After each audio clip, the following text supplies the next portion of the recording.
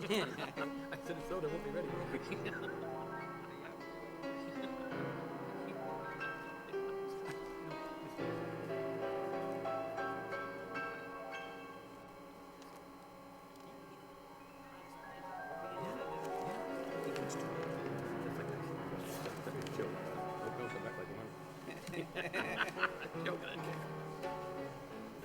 Can I have your attention, please? We'll be starting up shortly.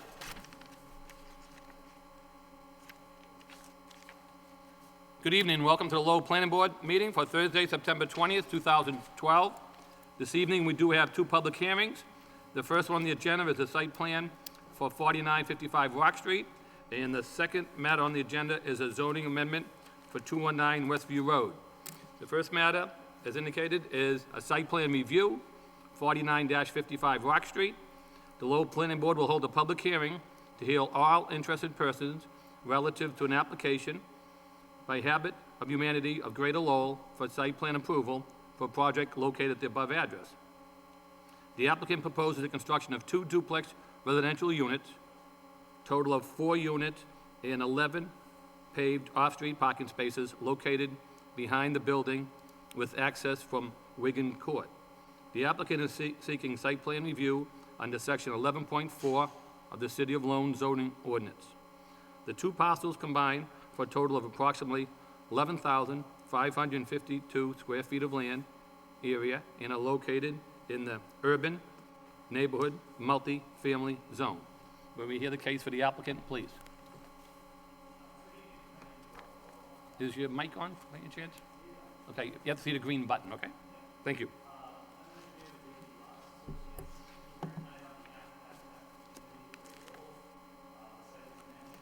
Parcels 49 and 55 Rock Street. It's currently a city-owned property to be conveyed to Habitat for Humanity to build these units. The existing site is basically flat. It's currently vacant. There's no building on it. The prior building was torn down, I believe, in 2011. The site is open. It's gravelly. There's some grass here and there. The site is surrounded by chain link fence, except along Rock Street. There's an existing concrete retaining wall on the east side of the site that will remain for the most part. The proposal in front of you is for 2 duplex buildings, so a total of 4 dwelling units. The site plans have been submitted and reviewed by planning staff. We have some comments that we've incorporated into the plans that are in front of you tonight. The site, as you can see, has access by foot on Rock Street. Vehicular access is from the rear of the site along Wigan Court, which is at the top of the plan as you see it there, the north part of the site. Based on comments we've received back from staff, we've reduced the number of parking spaces from 11 to 10 to create a little better turning movement for vehicles, especially the last spot that we removed. You can see that we have sidewalk access from both the parking area in the rear to the buildings as well as out to Rock Street. We're providing landscaping based on the parking requirements and screening requirements as shown on the plan. We're providing a screen of arborvitaes along the east portion, the right side of the plan, to screen from the adjacent residential use. And we're providing green open space, lawns, and shade trees or ornamental trees at the 5 locations shown, 4 around the parking area and 1 off in the northwest corner of the site. The utilities all municipal utilities, separate water connections for each unit, separate sewer connections for each unit, and it's all pretty straightforward. Everything's right there on Rock Street for us. The sidewalk in Rock Street will remain where it is. We're not touching that. Access off those front porches will be down right onto the sidewalk via the stairs that we show on those plans. That's it very briefly in a nutshell. I can certainly answer any questions you might have at this point. Thank you. Is anybody else with you as the applicant to speak? Or? With me here tonight is the architect Jim, who's prepared the building plans, Scott Carpenter, project manager for Habitat for Humanity next to him, and next to him, Kevin Hardiman, who sits on the building committee for Habitat for Humanity. Do any of those individuals want to make a statement at this time? We'll start with you, Jim, if you want. Just state your name for the record, please. Jim Jazokis, architect with Paul L. Davies and Associate Architects. We presented this plan to the Lowell Historic Board and received approval last week. So as far as neighborhood character and everything, we're in conformance as far as that goes. We will be overseeing and watching the fabrication of the buildings in accordance with that approval. And any other questions regarding the buildings themselves, I'd be happy to address them. Okay. Thank you. Anybody else from the applicant want to make a comment this time? No? Okay. At this point in time, anybody present in the audience like to speak in behalf of or against the project or make any comments? Anybody want to speak in regards to 4955 Rock Street? In regards to Rock Street? Rock Street? Hearing none. At this point, I'll turn the comments and questions over to any of the board members, if they may have any questions or comments. Mr. Bichette, do you mind if I start with you? Sure, thank you, Mr. Chairman. Just if you could please go over the changes that you made as a result of the staff comments. I noticed we had revised plans in front of us this evening, and one of the recommendations was to widen the entrance, and it looks like you've done that, but if you could go over the changes that you made as a result of the staff comments, please. Sure, the entrance from Wigan Court, we widened that curb cut to a maximum of 24 feet, and the width of the opening itself, the driveway is 20 feet. Originally, we had a 12-foot driveway and a 15-foot opening. If you'd like, I can also go through the other comments and how we address those. If you could, please. Sure. Yes. We received a comment based on the porous pavement that we're using. We originally had no curbing shown. We've noted the addition of an extruded concrete curb all around the parking area to kind of keep the landscaping and lawns where they belong and from getting onto the porous pavement. We originally had noted on the plan the use of hay bales if required for erosion control. City policy not to use hay bales due to invasive species we don't want to introduce. So we've noted on the plans in our details straw wattles or straw bales. Hay has been removed from the plans. I noted that we removed a parking space, so that was that comment. I'll skip over the landscaping for the moment. The last comment, I noted we've separated out all of the sewer services, so each unit has its own individual sewer service.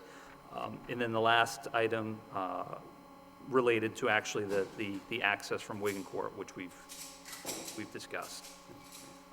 Back to the landscaping. Landscaping we've shown here is to meet the ordinances. We noted the comments received for additional landscaping around the entryways, the front of the buildings.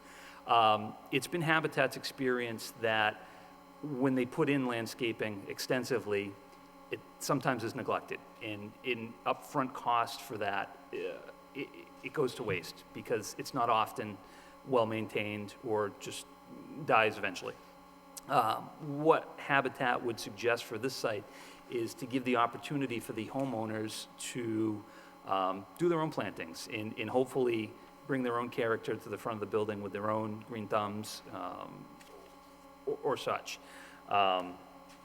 So I guess that's how we'd like to handle the landscaping. I know it would benefit the front of the buildings to have some landscaping.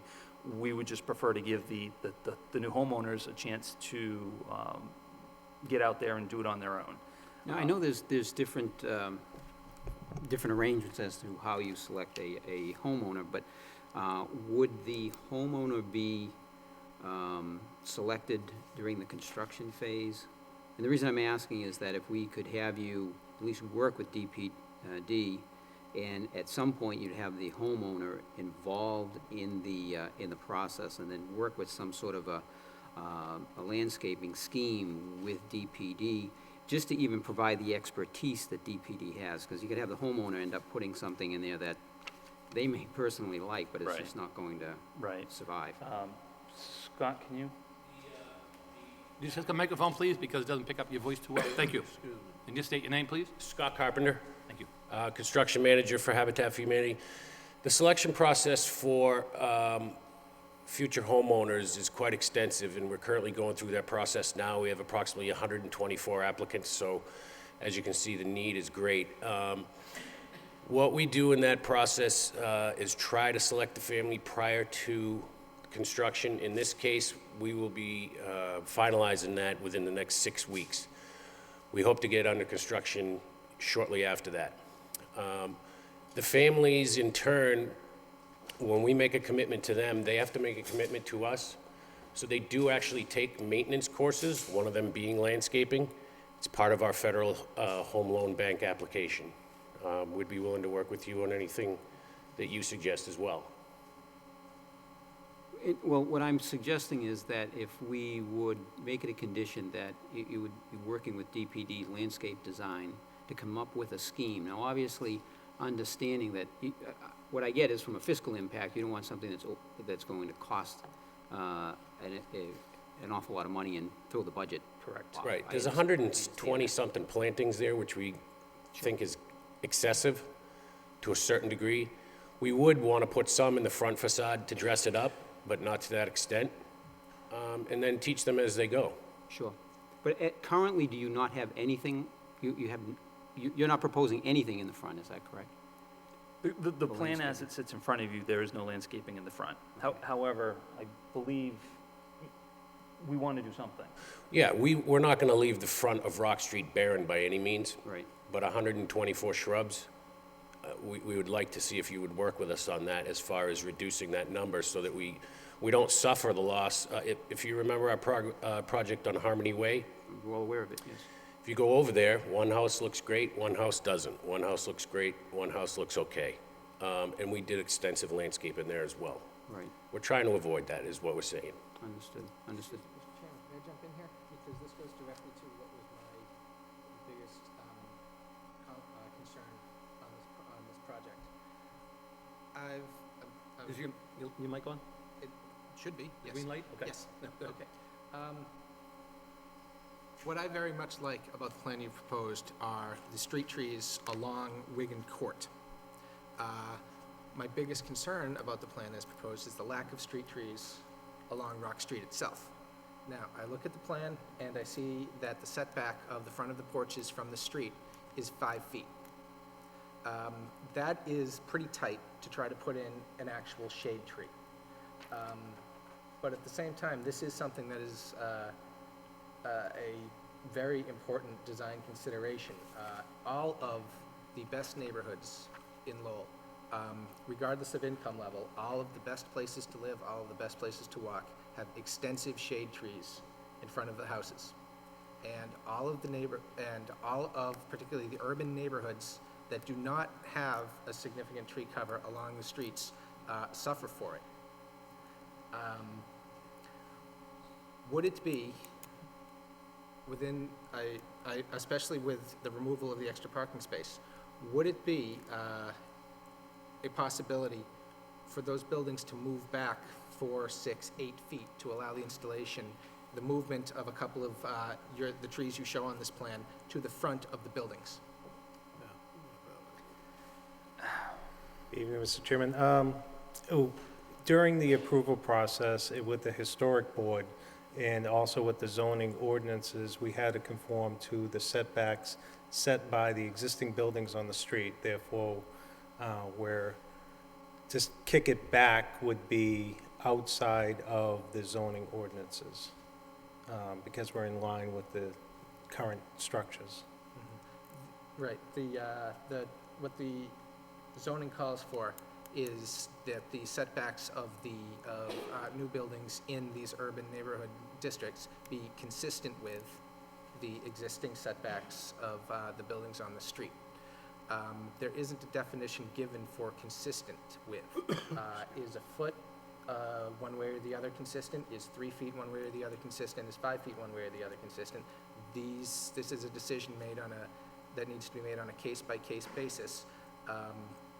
I would submit the definition of consistent would be not inconsistent. Would buildings set on a street where buildings are set back between 0 and 5 feet, would setting back buildings 8 or 9 or 10 feet be inconsistent? I would argue that they wouldn't be.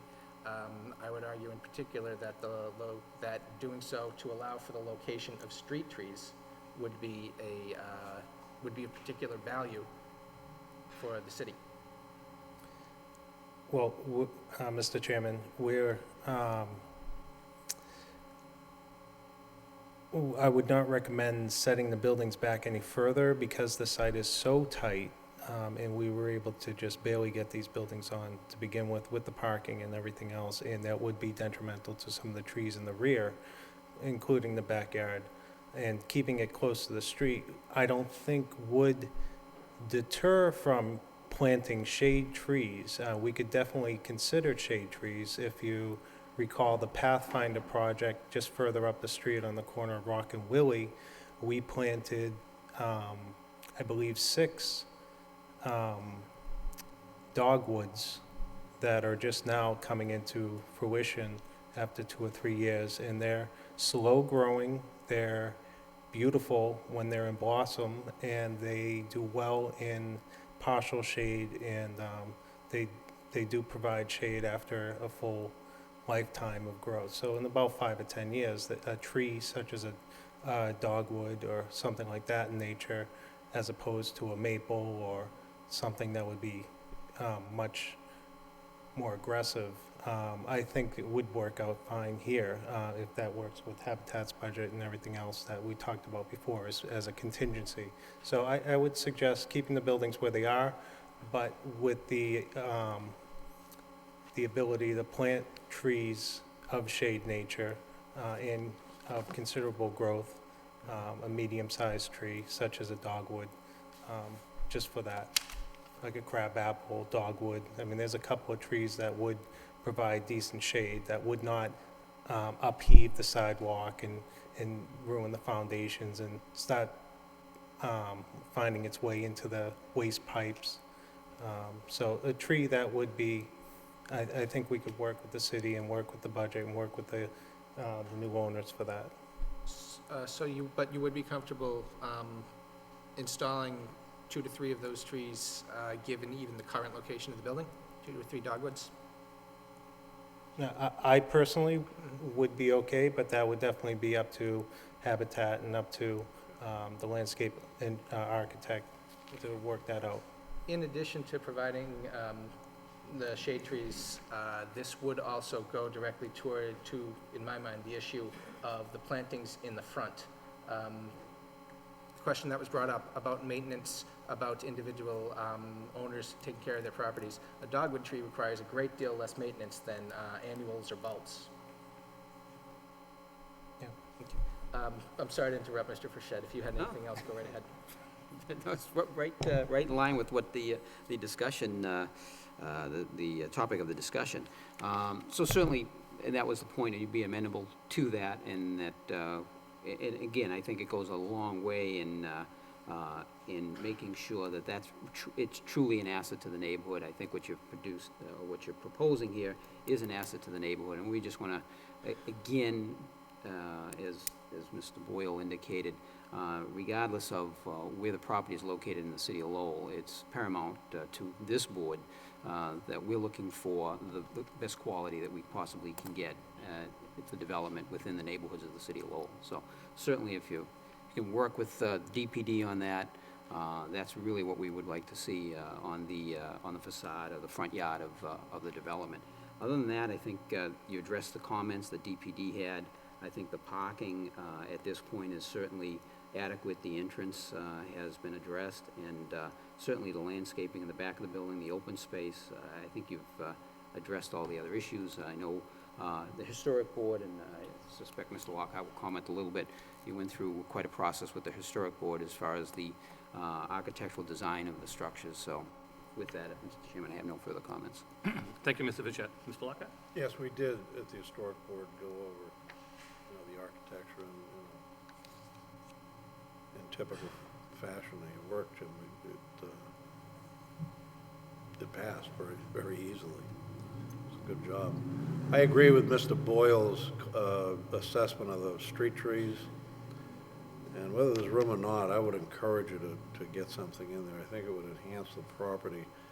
And rather than have nothing in front from a landscaping standpoint, I really think you should provide something, and then as ownership takes more responsibility to work with them and, you know, let them personalize whatever they're doing. But I think a certain level of landscaping is necessary to enhance that property on the street front. And just working with them working with DPD would be enough. Okay, and we're fine with that. We'll happily work with Just, that. I think it's an important aspect of your development, which is very nice. The only other question I have, and it's, I think, just a clarification, excuse me if I missed one of your comments, was about the shared sewer services. Somebody here had a question about that. There was a And- suggestion that we separate, I had provided initially one sewer connection per building. We've actually broken it out to a connection per unit. So there's 4 sewer connections for the site. So each unit can be separately maintained if need be. All right, so that's really not It's all set. yeah, all right. That's all I have, Mr. Chairman. Thank you, Mr. Lockhart. Anything further, Mr. Boyle? I had a couple of other questions. Sticking on the issue of the planting scheme. The zoning requires the row of arborvitae's to provide a solid screen to block the view of the parking. Lest you think that this board is here for the purpose of constantly imposing greater and greater costs on your project, I am wondering, and I'd like to encourage a discussion among my fellow board members, whether we feel we need to continue that row of arborvitae past the parking area, all the way almost there to the street, particularly now where we're talking about them planting 2 to 3 more street trees. Do those additional 7 or 8 arborvitae's, do you feel they're necessary for the project? Can you point out whether? I can. Okay. Right. Right, past the pavement. I noticed the side elevations that were in the original plans that we have show a blank wall, no windows, on the east side of what I believe what you're calling Unit 4, the one that's closest to the house that's shown. No windows over there? One. Okay. Okay, if I may.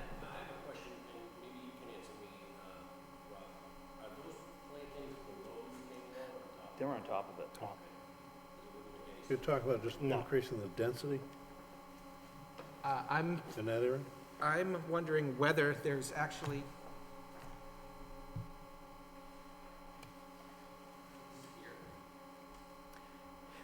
I mean, if the requirement is to screen the parking from the abutting uses, I mean, we'd be happy to eliminate those and build that into working with DPD on landscaping in the front. If they're not required, obviously, it's additional cost. If we can use that elsewhere to meet your preferences as far as landscaping, I mean, that's certainly reasonable. it sounds like we're moving towards a recommendation that the applicant work with planning staff to develop a planting scheme. One of the things we're recommending is that they add some shade trees along the front. We're providing a little guidance there for staff. I think my opinion is relatively clear. I don't think we gain anything from those front 7 or 8 arborvitae's. I question how appropriate and consistent they are in this neighborhood. It's really more of a suburban planting style. You'd use a row of arborvitae's to block the parking lot of your supermarket from the office building next door along Route 1. Is it something on Rock Street, especially where these are plantings, the vegetation is extremely low, it is extremely dense, it's very good at blocking views. For example, it blocks the view of somebody walking down that sidewalk to see who or what is 5, 8, 12 feet in front of them to their left. If the rest of the board could weigh in on this, it might provide some useful guidance for planning staff as they work on the planting scheme. Aaron, do you have any comment on behalf of Division of Plan and Development with the landscaping? Sure, on a couple levels. First, as far as the zoning requirements, Mr. Boyles is correct. The screening is only required for the parking area. And then as far as just the landscape layout in its context, these kinds of trees are designed, and one of the reasons they're a requirement in the zoning to screen uses that may not work very well together, may not meld very well together. And in an urban environment like this, sometimes can provide cover that you don't necessarily want. And so I think what he's suggesting would make a lot of sense and would make some room for shade trees that have been discussed along Rock Street, and open up some space, maybe financially, for the applicant to provide those as requested. So yeah, I think it's definitely a viable and Yeah. useful suggestion. Mr. Chairman? Yes. Where the buildings will already be erected prior to the actual plantings of anything, or maybe even the ordering of the plants, maybe there'd be a judgment call regarding those particular shrubs along that line, because in the, where you have two-story structures that close, they're about 13 feet. The current building that is the adjacent property is about a foot off of the property line. The retaining wall that is holding back the earth is actually on the city or Habitat's property, and that's about 5 or 6 feet over. And the plantings are actually proposed to be on top of that, where currently sits a chain link fence. Maybe when there is, the building's up and you're on your first floor, second floor, looking out particular windows, there can be a judgment call whether or not it would be proper to put some kind of shading or screening between those two buildings.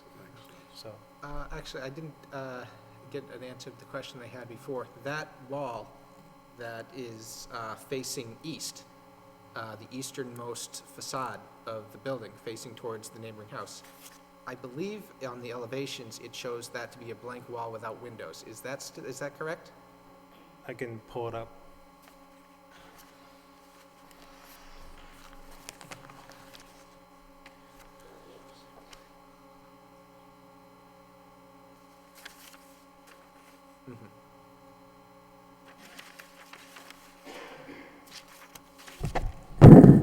Correct, that is a blank wall. It's right here.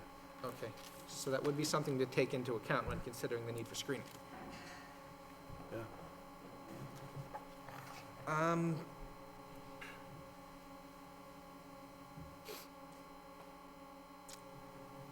Okay, what I'm looking at here, is this the final plan in terms of porches and staircases and bulkheads? It is, with one omission on my part. The unit that it runs north and south on the left-hand side of the site, there is a basement bulkhead to the left of that porch, Okay. shown in the back. Okay, But other than that, yes. okay. So for the two units side by side on the street, there is one staircase going up to the porch, not two? Correct. One staircase. Okay.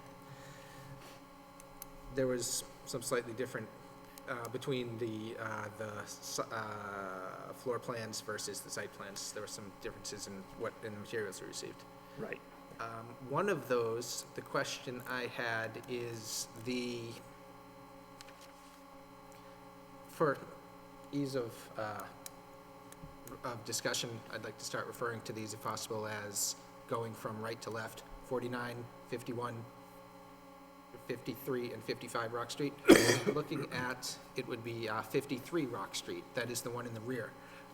That porch, that small porch that's tucked into the corner there, is that still a shared porch with doors going into both units? Correct. That is a shared porch, okay. Yes. And I see you have eliminated the similar porch that was tucked into the other corner? Correct. Okay, Yes. all right.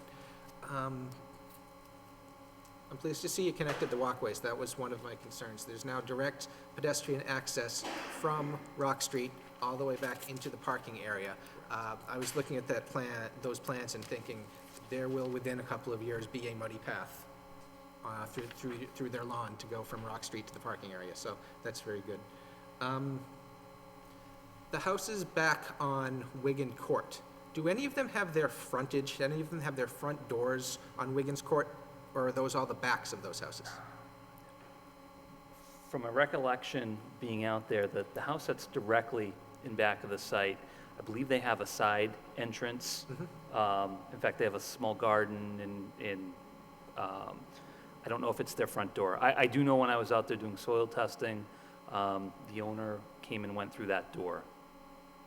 The other two buildings, the building to the right of that on the easternmost, I believe is a business. It's not a residential unit. And then on the left-hand side, the western building, I honestly don't recall what that is. Okay. Let's see, moving on.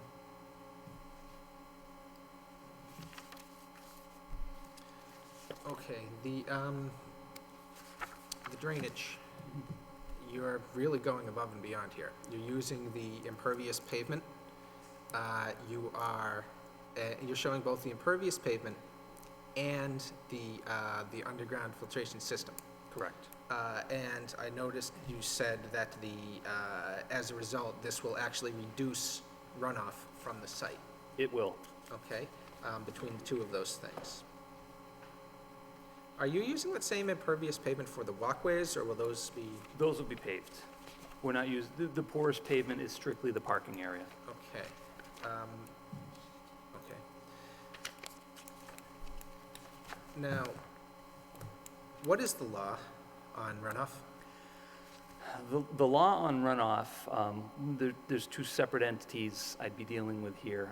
I've gotten direction from both the city engineering department. The state stormwater standards don't necessarily apply to this development because it's only 4 units. Okay. Over 4 units, the standards apply, if you're familiar with the 10 stormwater standards. Having said that, we've tried to meet the standards the best we can anyway. The reduction in runoff, as you know, this site was mostly impervious when there was a building on it because the building was most of the site. In a conversation I had with the city engineer, since the building's torn down, it's no longer there, it's a different site than it historically was. Right, I see. So in my discussion with her, can I count the entire, what was there? How do I handle what was the existing conditions?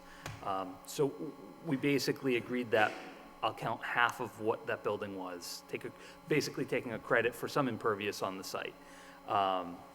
So what we did was basically tied as many downspouts from the new buildings into the underground infiltration chambers. That combined with the porous pavement, with just one or the other, we can't reduce the flow off the site or maintain it at existing levels. Hence the solution we've come up with here.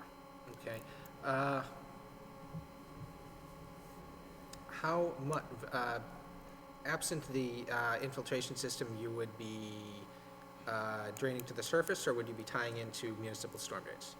This is combined sewer in Rock Street, so we cannot, Tie into municipal Right. storm drains. again, that was part of the difficulty of the site. If we were to put in a catch basin, we have nowhere to go with it. To size an underground infiltration facility for the entire site, including the parking, you get into a very large system. We're a very small site. So the solution in front of you was to go to the porous pavement. If you were simply relying on surface drainage into the landscaped areas, would that produce a situation of discharging water from the site? Yes. Okay, that wouldn't just the natural plantings. No, to control the larger storm events on site, you need a traditional small detention basin, which grade-wise would have to be at the back of would need to be at the front of the site because the site pitches out towards Rock Street. So to grade a small basin, which would eat up our green area, is just not practical. Okay, and Okay, even if you were dedicating a lot of what's simply loam seeded grassed area to more aggressive plantings, would there be a way to handle the water that way? No, the plantings will provide you with pollutant removal, and they don't necessarily control peak rates of runoff, and that's what we have to deal with. I would like to give you an answer that, yeah, we could plant something or do something with the lawns, but to control the larger storms, say the 10, 25-year storm, it's quite a bit of water that would come off of that, even though it's a small parking lot. You know, nearly all the water that enters onto it would be flowing off of it. So you can imagine in a heavy rainstorm how much water there would actually be. So to keep it from entering other people's property or into Rock Street and thus causing problems, you know, we really rolled the drainage around here because of cost issues, because we can't connect into the street.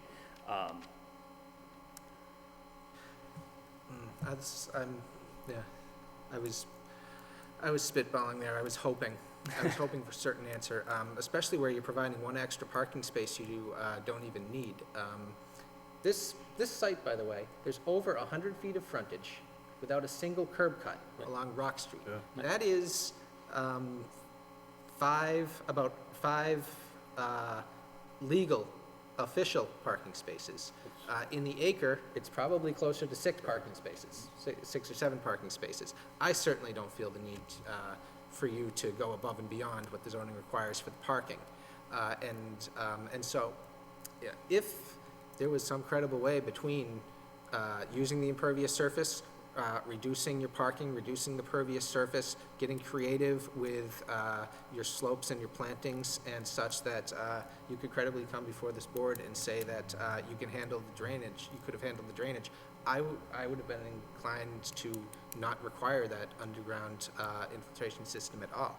If it's possible to do that with some creative design, I, for one, would be very interested in seeing that and eliminating what I'm sure is a significant cost for installing that system. We've already had discussions to that end amongst ourselves. I would be happy to, we can certainly weigh in on that. If there's a credit for parking in the street and we can reduce the parking in the rear, I don't know if Scott, if you're open to that or you like those parking the way it is, it's something we can talk about. But we can certainly, I don't know if you as a board can enter a condition into your decision that, I don't know if we want to be forced to do that, but we can certainly look at it, especially when we get to construction in terms of cost and what can we do if there's a solution. I think, yeah, that's probably not a bad idea. Okay. I wasn't even talking about reducing the parking below what the zoning requires. It's just the zoning requires 9, you have 10. Right. That's a little, semi-pervious area, I guess we could call it, that wouldn't need to be there. In addition, if using, since you're already bringing in impervious surface, if using that same impervious pavement on your walkways can also reduce your runoff. Anything you could do on this, within reason, which maintains an attractive site, which deals with the stormwater runoff without needing to impose that cost on Habitat for Humanity, I would have a very open mind towards. I don't know what the rest of the board feels about that. I do. I have a question regarding the impervious surface on the parking area. And I know there's various materials, but the material you'll be using, does that require annual maintenance or sweeping? It will. It will require vacuum sweeping. Basically, it's porous asphalt. You see there's very little need for sand in the winter. It actually, because of the surface, it melts and it enters the surface. So there's very little need for road salt or sand. However, it does need to be maintained to maintain the ability to stay pervious. And if the homeowner were to use sand, it would actually have negative effect, obviously, the impervious. Right. surface. We certainly don't want sand on it. Vacuum sweeping could, if a homeowner threw some sand on it, if there were a patch of ice, the vacuum sweeping would address that. If it were a recurring thing over time, yes, it could definitely be a detriment to. My concern is, and I understand your point, but now, it just, now, if in fact the homeowner does not keep up with the maintenance of that, over time, the effectiveness of that will deteriorate, and we actually have almost built-in protection with the way it's submitted at this point, but that would be my only thoughts on Yeah, that. that's a good point. Any further, excuse me, any further comments?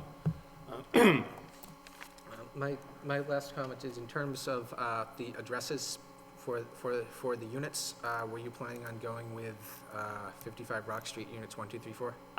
To be perfectly honest with you, I don't know what the house numbering would be. Scott, do you have any idea, or Jim? That's typically handled by the engineering department when they go for permit. Oh, okay. All right, my thinking along those lines is, where these are separate entrances, it would seem to be more appropriate, separate entrances, and where this is owner-occupied housing, and where you have 4 numbers available on that side of the street, that calling them 49, 51, 53, and 55 Rock Street would seem to be perfectly appropriate. And with that,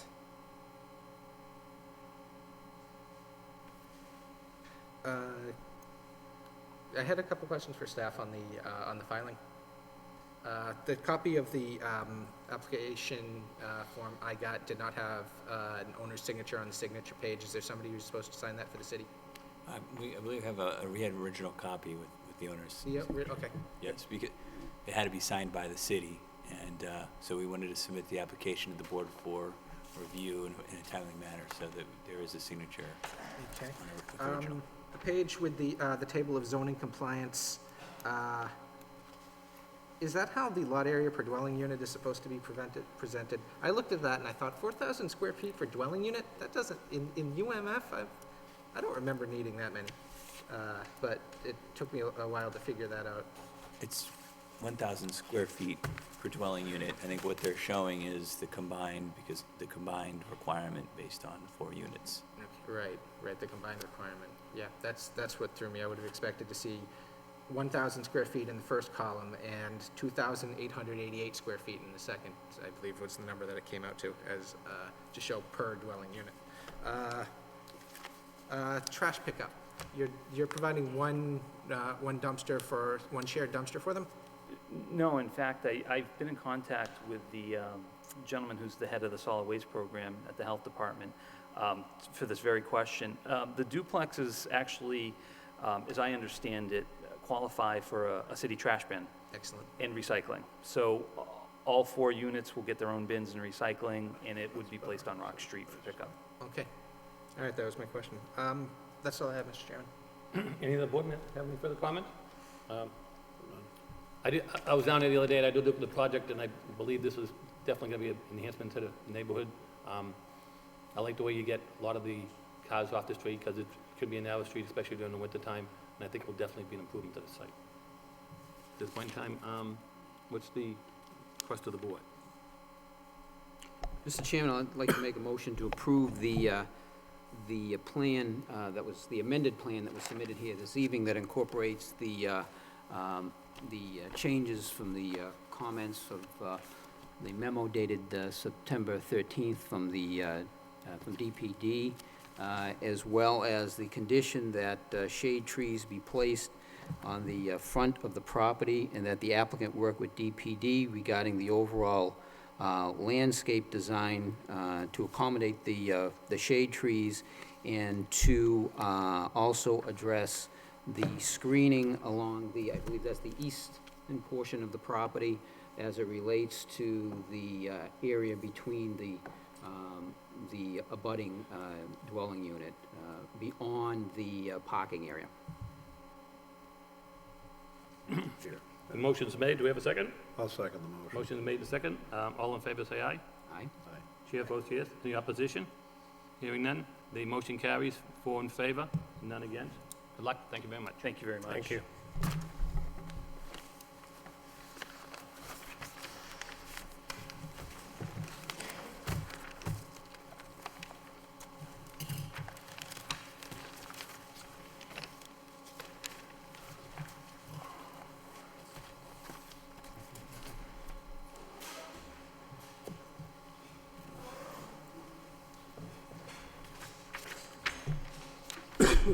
Excuse me.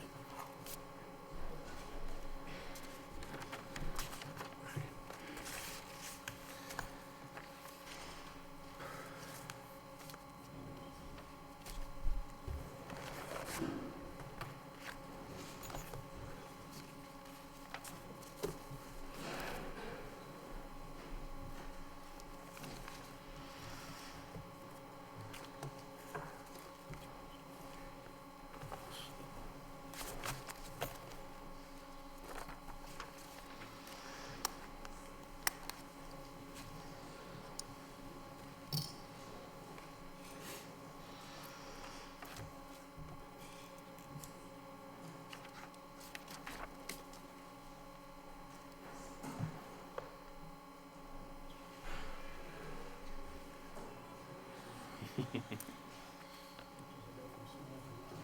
you.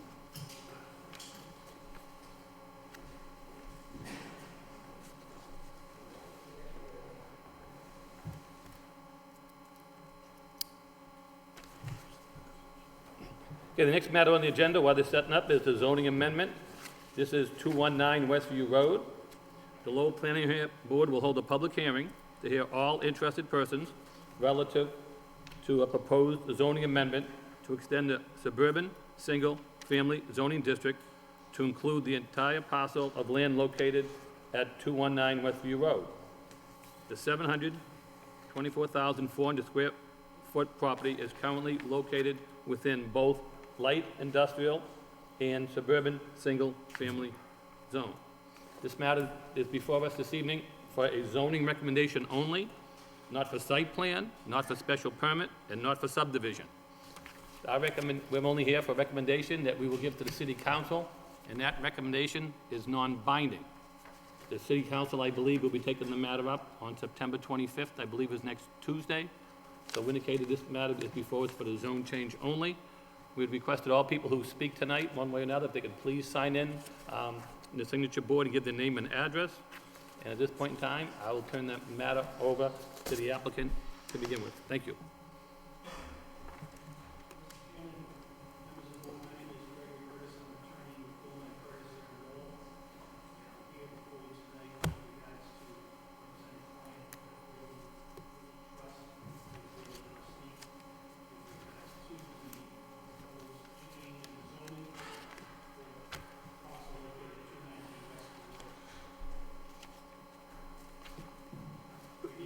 Excuse me.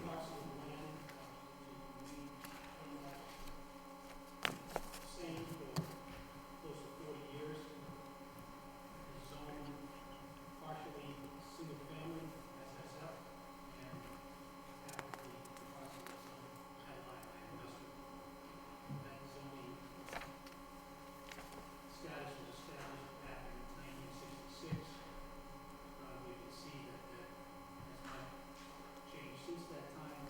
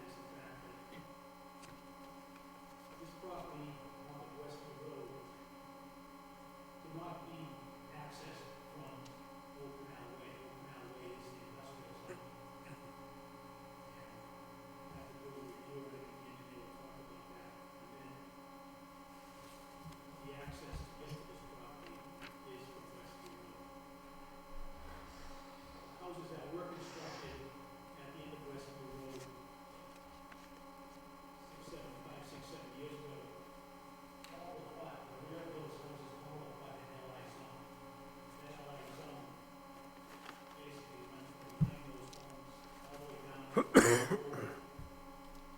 Canal. All the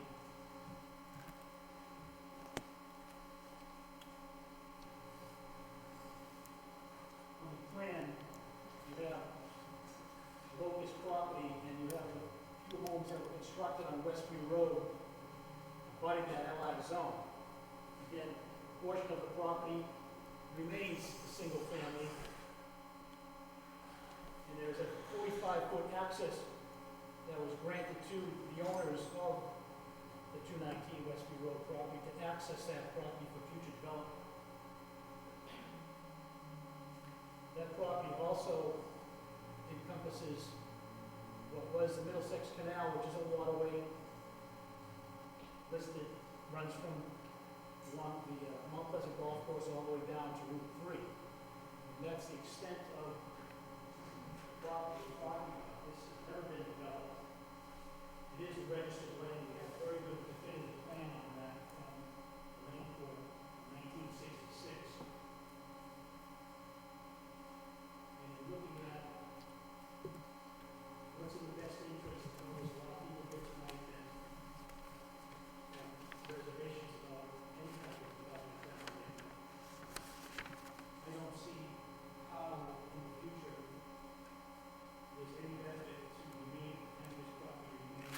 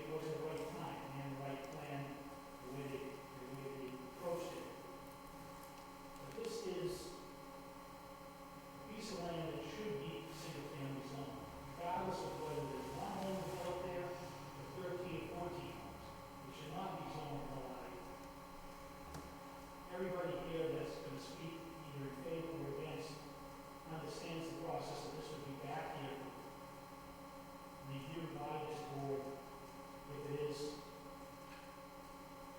recommended tonight to go to the city council and then the city council approves it.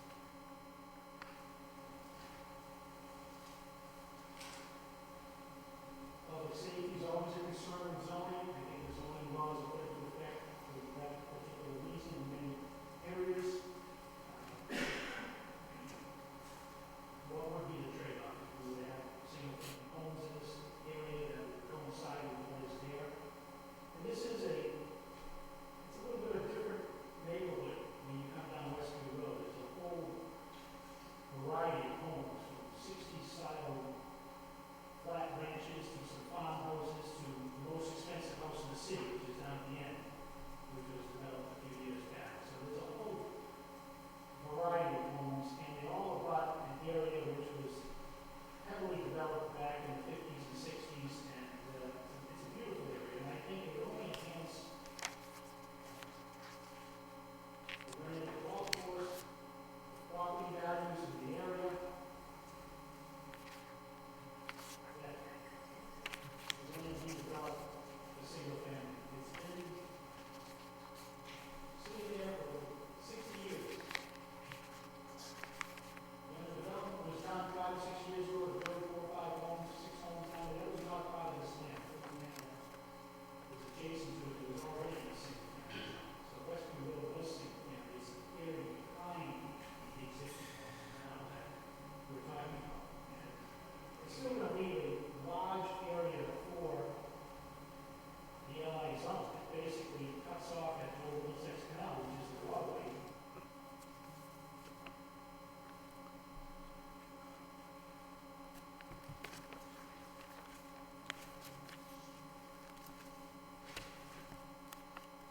We asked that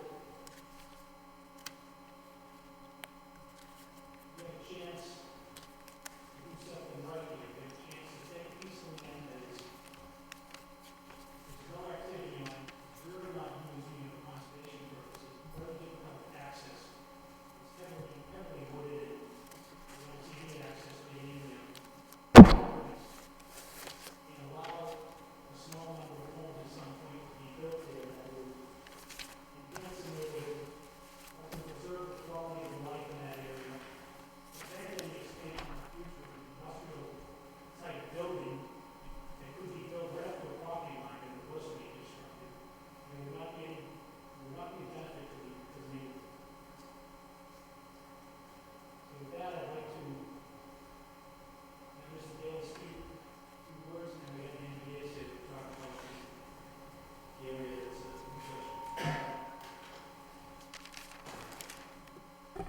Thank you, Greg. My name is David Daly at 40 Lillian Street in Lowell. I am the petitioner of this project, and the reason why everyone is here on a Thursday night. I apologize in advance. I'm from Lowell, grew up in Highlands, grew up in this area, lived about a quarter mile away from this site, and I had many friends that lived in the area, and I spent considerable amounts of time in my youth in this area. Additionally, I delivered papers on the street. I know the area well. I've personally built, renovated, or constructed over $20 million in real estate since 93, sorry. Bringing significant tax revenue to the city. My companies are greatly involved in the community, and over the last 10 years have donated over $500,000 to local charities and organizations. This city is a part of my blood. I've been developing this city, again, for almost 20 years now. When I came home at age 21 and announced to my parents in the early 90s that I was buying a house, I thought my mother was going to drop dead. It was the fallout from the 80s when real estate was a nuisance and a bad word, and I decided to take a chance. In the last 20 years, that chance, I think, has paid off, but I've also been able to give back to the community. Another one of my companies, Pride Star EMS, started in 2006 with 7 employees. I'm glad to say as of today, we have over 140 employees in the city. I built my company, I built our newest building in 2009 in the city, even though the taxes commercially are significantly higher than surrounding towns. It's because I believe in the city, and I believe in staying here, living here and working here.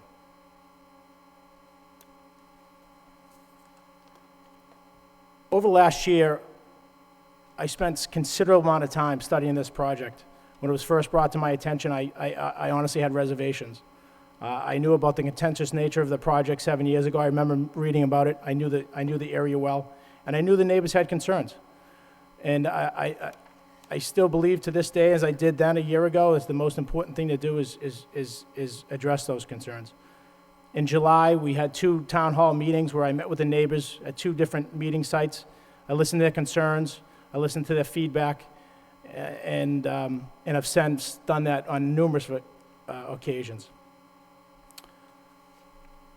It has been asserted in the past that this project is similar to the last one, and I'm going to set the record straight and make it clear today that it's not, for a number of reasons.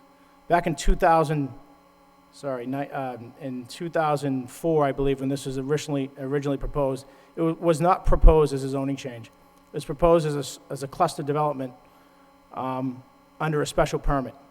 It had been submitted as a zoning change to the city council, as Mr. Howe had purported in his website that they had shot it down. It was not. It was actually, the petitioner withdrew the motion, and it went to the planning board for planning board review. It was subsequently, that plan was subsequently shot down and denied, and it was went to through the court system. That was backed up. That was also, that ruling was supported, and obviously the project didn't move forward. I studied the ruling closely. I studied the planning board's decision closely, and I've come here tonight, and I can honestly say that we've addressed every one of the concerns back then. One of the major problems on that street has been, and for a number of years, is water pressure. People have stated on numerous occasions that they can't water their lawns and take a shower at the same time. We're going to bring in a new 8-inch water line that's going to service from Rindo Park Drive, not only this development, but it's going to service and loop into Westview Road. It's going to address a major infrastructure issue in the city. That's at our own cost. One of the other issues at the time of the reasons why it was denied was there was no thorough traffic study done on the street, and they couldn't validate whether or not this project would address, have an impact on safety or traffic.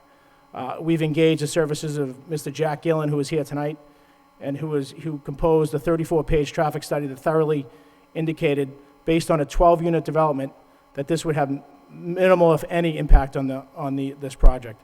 I'm here tonight to also announce that after negotiations with a number of abutters, that we have reduced the number of proposed houses from 11 houses to 7. That's going to have a dramatic impact on the number of houses and the number of concerns regarding traffic and possible street widening. There was a 6-unit housing development done approximately 6 or 7 years ago, and in preliminary discussions with the DPD, along with my consult and my civil engineers, they've also agreed that at this point, especially with 7 houses, there would be no need to widen the street. Again, obviously, should we proceed forward, we're going to go through a site plan review and address those concerns. And again, Mr. Jack Gillen could speak to that tonight. In a 3-year history, over the last 3 years, there's been no traffic accidents on Westview Road. That's even with the 2 streets that were built off Westview Road and the addition of these 6 houses. I want to make it clear that we're only now proposing 7 houses to this 17-acre parcel. It's our position that only 7 houses will have minimal impact on the neighborhood, and most importantly, it's much better than the proposed use right now.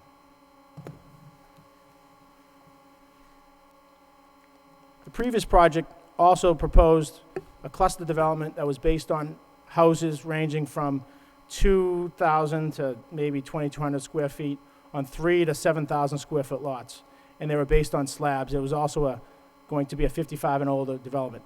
None of that meets the character of the neighborhood. None of that. We're proposing houses that range from 2,500 to 3,200 square feet on anywhere from 10 to 20,000 square foot lots. Obviously, with this latest change today, the lot sizes will probably increase.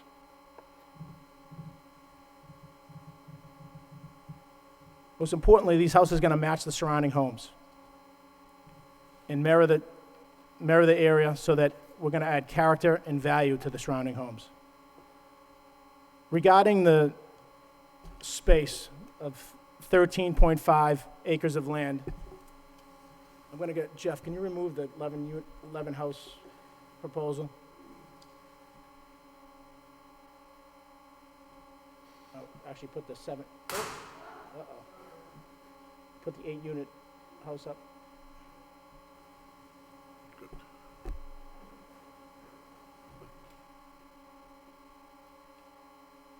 Just going to put up the 8-unit housing proposal that we had on the table.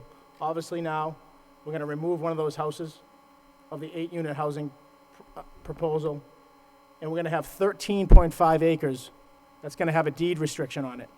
And the deed restriction will not allow any of that 13.5 acres to ever be accessed from Westbury Road. There will be, on this land, there will be no more access from Westbury Road. There will be a deed restriction. The only access ever would be from a privately owned street on Rindle Park Drive. The old Middlesex Canal is the oldest canal in the country. It used to bring barges up from Boston to Nashua. And it's got a storied history that we need to celebrate. We have the support of the Old Canal Commission Association who wrote a letter of support for this project, allowing for the first time in the history public access to this canal. We're not going to allow public access. On this plan, you'll see 5 parking spots. They're going to allow for parking and also easements along the canal for public viewing so that we can teach our youngsters and adults alike the history of this important canal.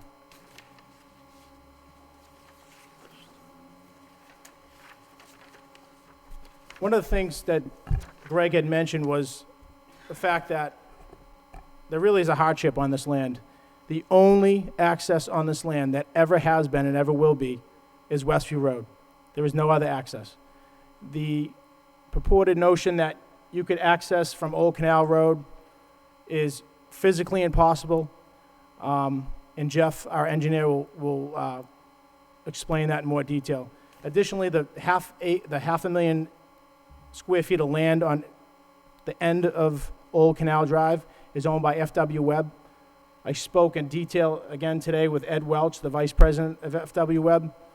And I also have a picture of the end of FW Webb. This picture on the right shows the bottom of Old Canal Drive. As you can see on the right side, it's a parking area, and then there's a gate. And then there's their loading yard. They keep all their pipes and everything in there.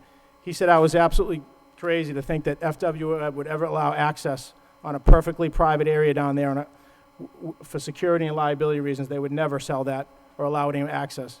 Additionally, I think if the city really intended at any point to allow access on Old Canal Drive, that they would have allowed an easement there back in 1966. That obviously did not take place. Jeff will also speak to the costs and restrictions from the EPA that would never allow a road or bridge to be carried across Old Canal Drive.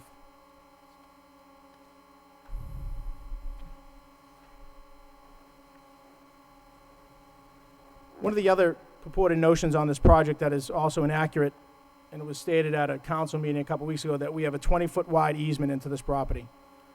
In the packages that I handed out both to city councils and this board, it's clear that we have a 45-foot wide access into this property. It should, what's that? A deeded right. That, interesting enough and important to note, that access is zoned residential. On top of that, another 7.5 acres, 7 acres is also zoned residential. With all due respect, not getting into legal matters, there's definitely a hardship in regard to this property. when the only access to this development is a private road, is a residential neighborhood.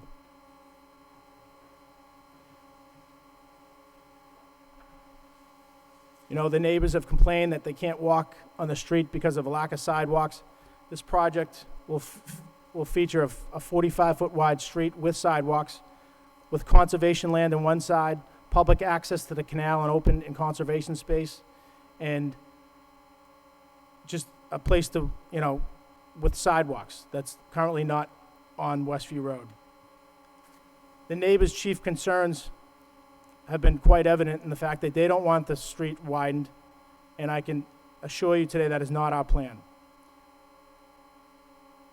You know, from the reduction in negotiations with the butters over the last couple of days, from 11 houses to 7, we took $2 million in sales off the table. That's a major concession for us. But we also agreed to replant any trees that we take up during our installation of the water line. And we're also going to plant trees, mature trees, at the bottom of Westview Road around the telephone poles as a request from some of the neighbors. Additionally, it's our intention to work with very closely with the two direct butters who abuts the roadway that we're putting in, to assure that all their issues are met. One of the neighbors had requested a certain style of stone, or he wants the wane, and we will let that happen. Obviously, they were aware that there was an easement there when they bought it, or deeded easement. We want to work to them that they're happy with the end result.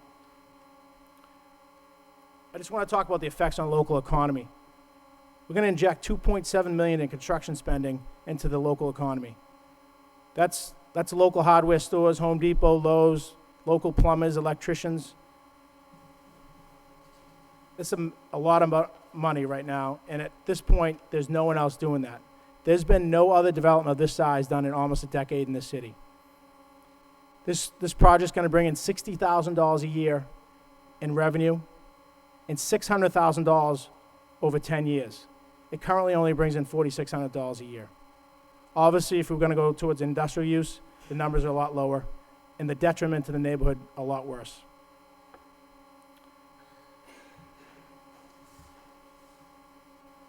One important consideration here is that I've been building in the city for a number of years, and I've built some houses that have sold, some of the highest sold houses in the city. And I can say without reservation that these houses are going to be some of the nicest in the city. And more so, it's going to add physical market value to the surrounding homes.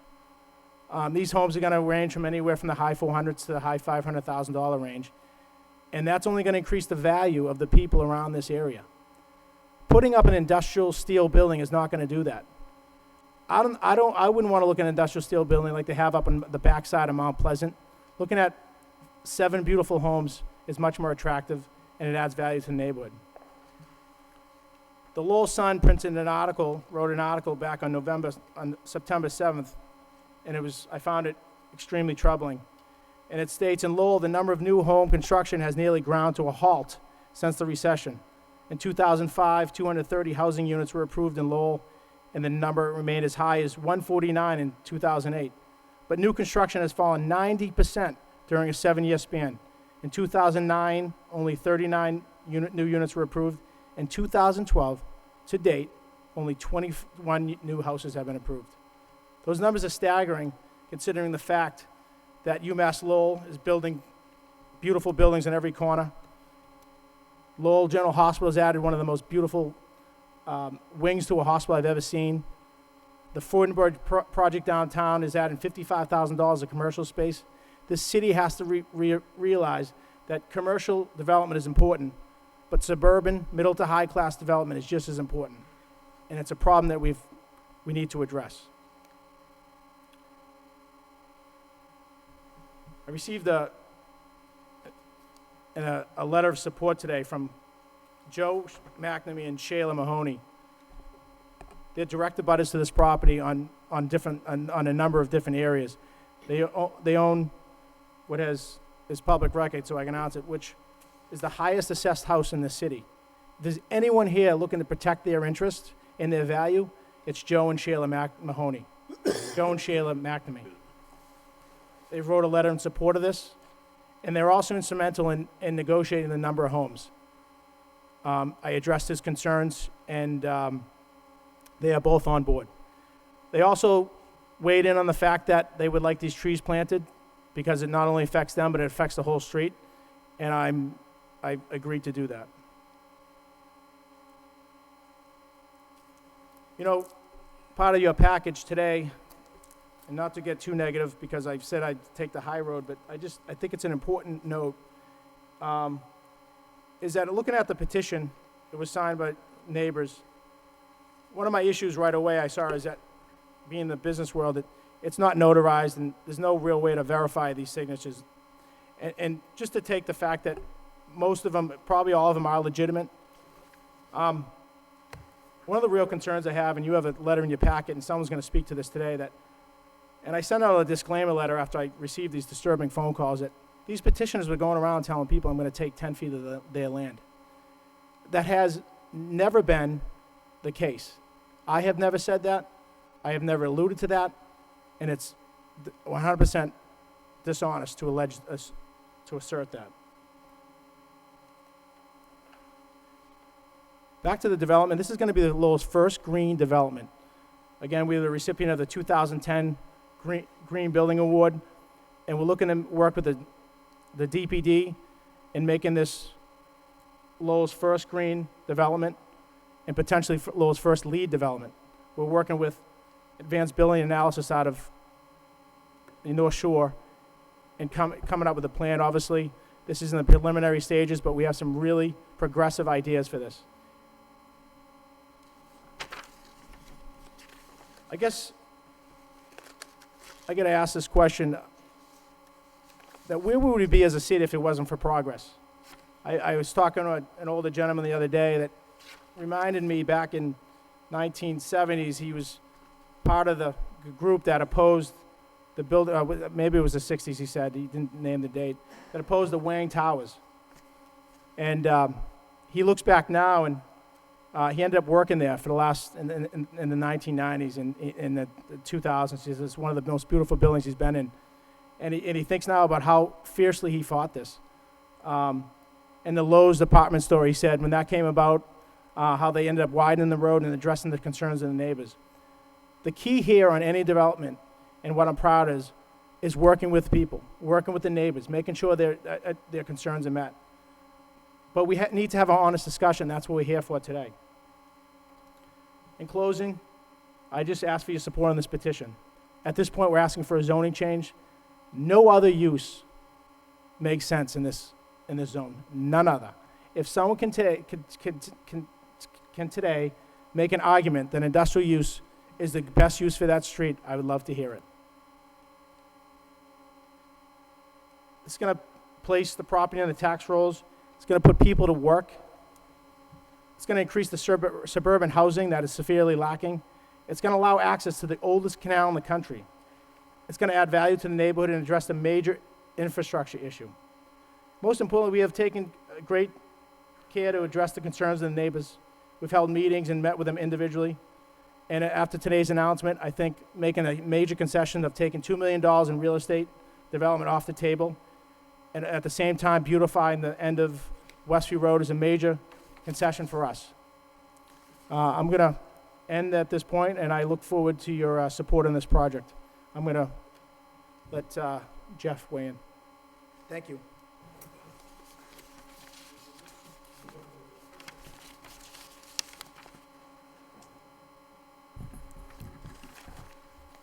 My name is Jack Illen. I'm a traffic engineer. I've been in traffic engineering for 41 years.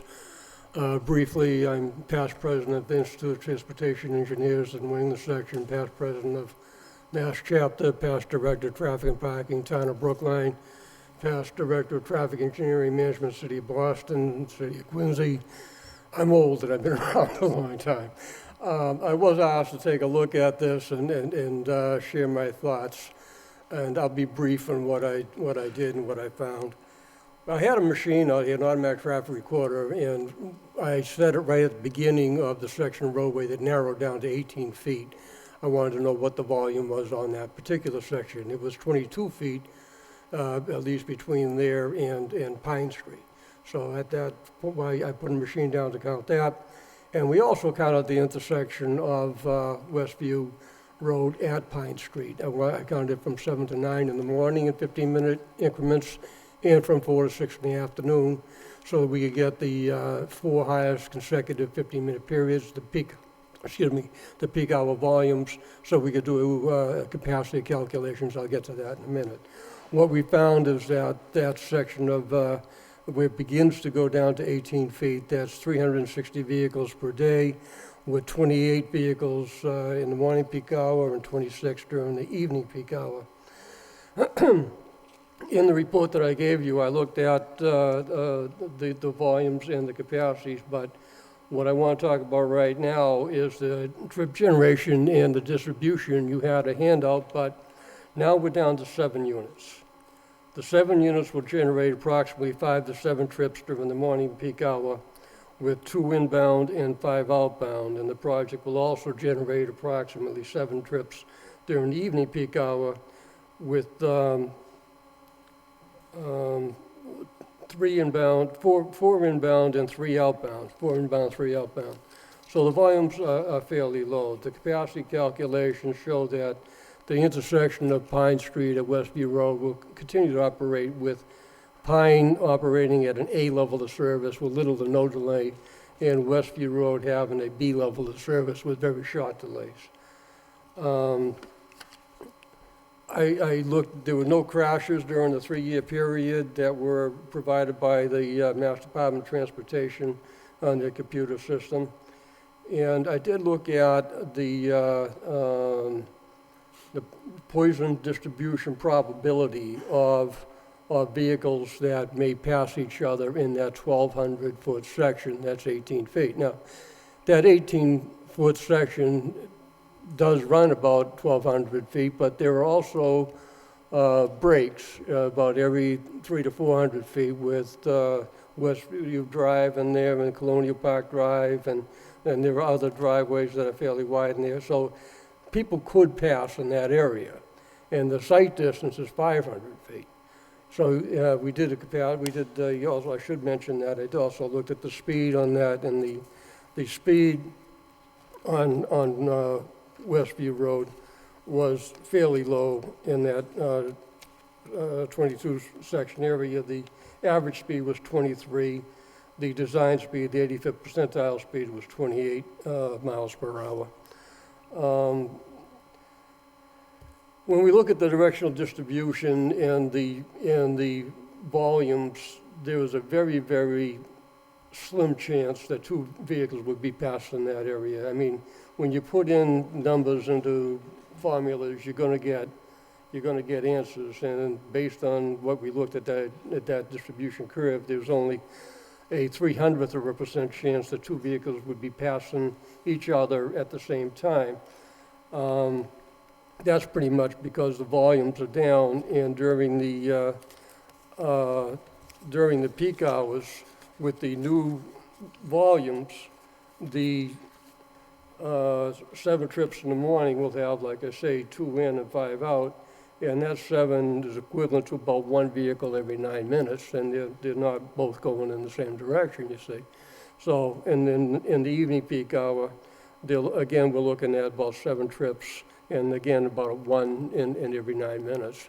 The trip generation, I did 2 ways. One, I used the Institute of Transportation Engineers trip generation report, but I also counted the volumes. I looked at the turning movements that we counted up at Pine, and divided by the number of units, we ended up with a generation rate, and that was comparable to the ITE. So I'm confident in these numbers of the max being 9 in the morning, with about 2 in and 5 out, and 7 in the evening with 4 in and 3 out.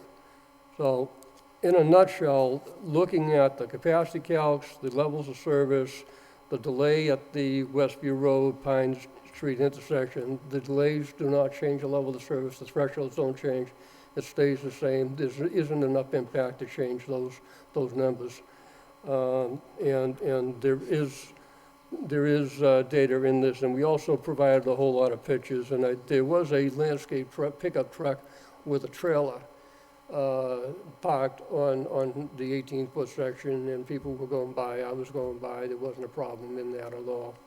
So I don't know what to tell you, other than that this is not a major impact, and the roadway character definitely does not have to be changed to accommodate this increase in volumes. Thank you, sir. One more person, and I'll be quicker. How's that? My name's Jeff Bram, I'm a civil engineer. I've been around for, like David, 25 years. I used to live in Chelmsford and now live in Carlisle. I just want to go over with you a little bit on the plans here and some of the reasons why Old Canal Road is so difficult that was alluded to. Let's start with this board here. This is kind of shows the development, but it also shows the land, and that's what I wanted to get at. This land is completely wooded from one end all the way to the other.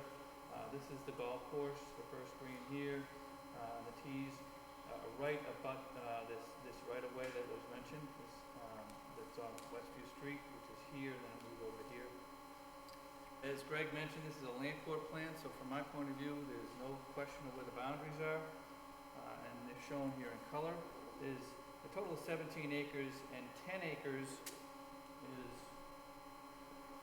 subject to this rezoning, just over 10 acres, 10.28 acres. The balance of just under 7 acres is this section here. This section here, which is already residentially zoned.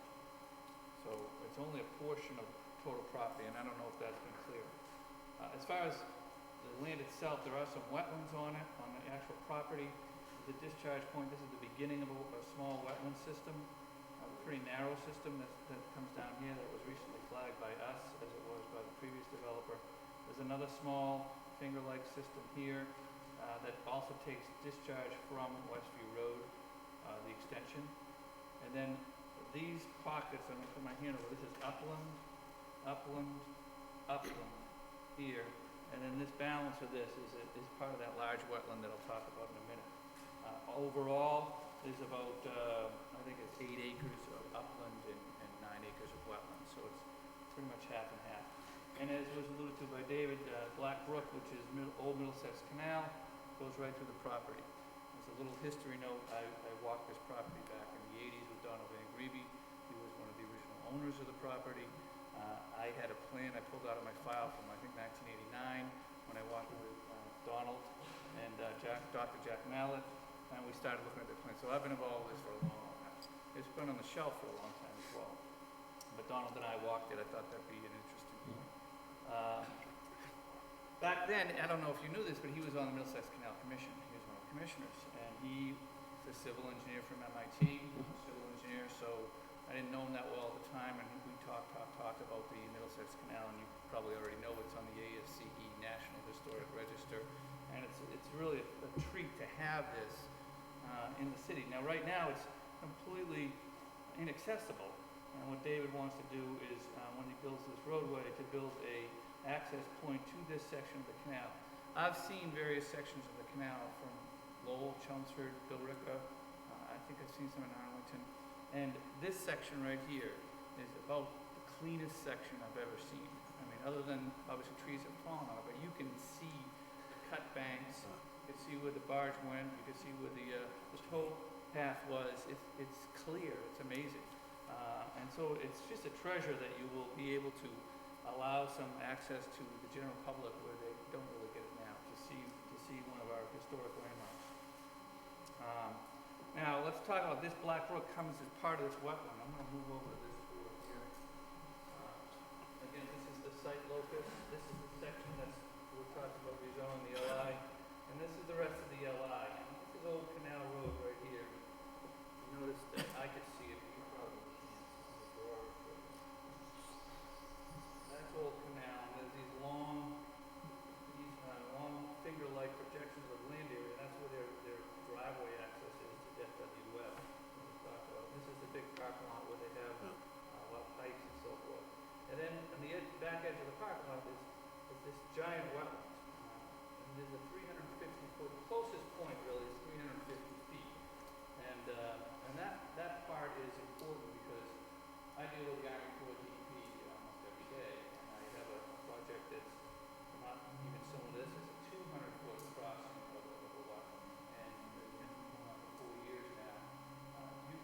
especially for industrial uses, you can't just crosswalk, first of all, the DEP has all kinds of rules, for the 5,000 square foot rule and so forth, which is, acres, we're not even close to 5,000 square feet, if it was somehow to be crossed, somehow.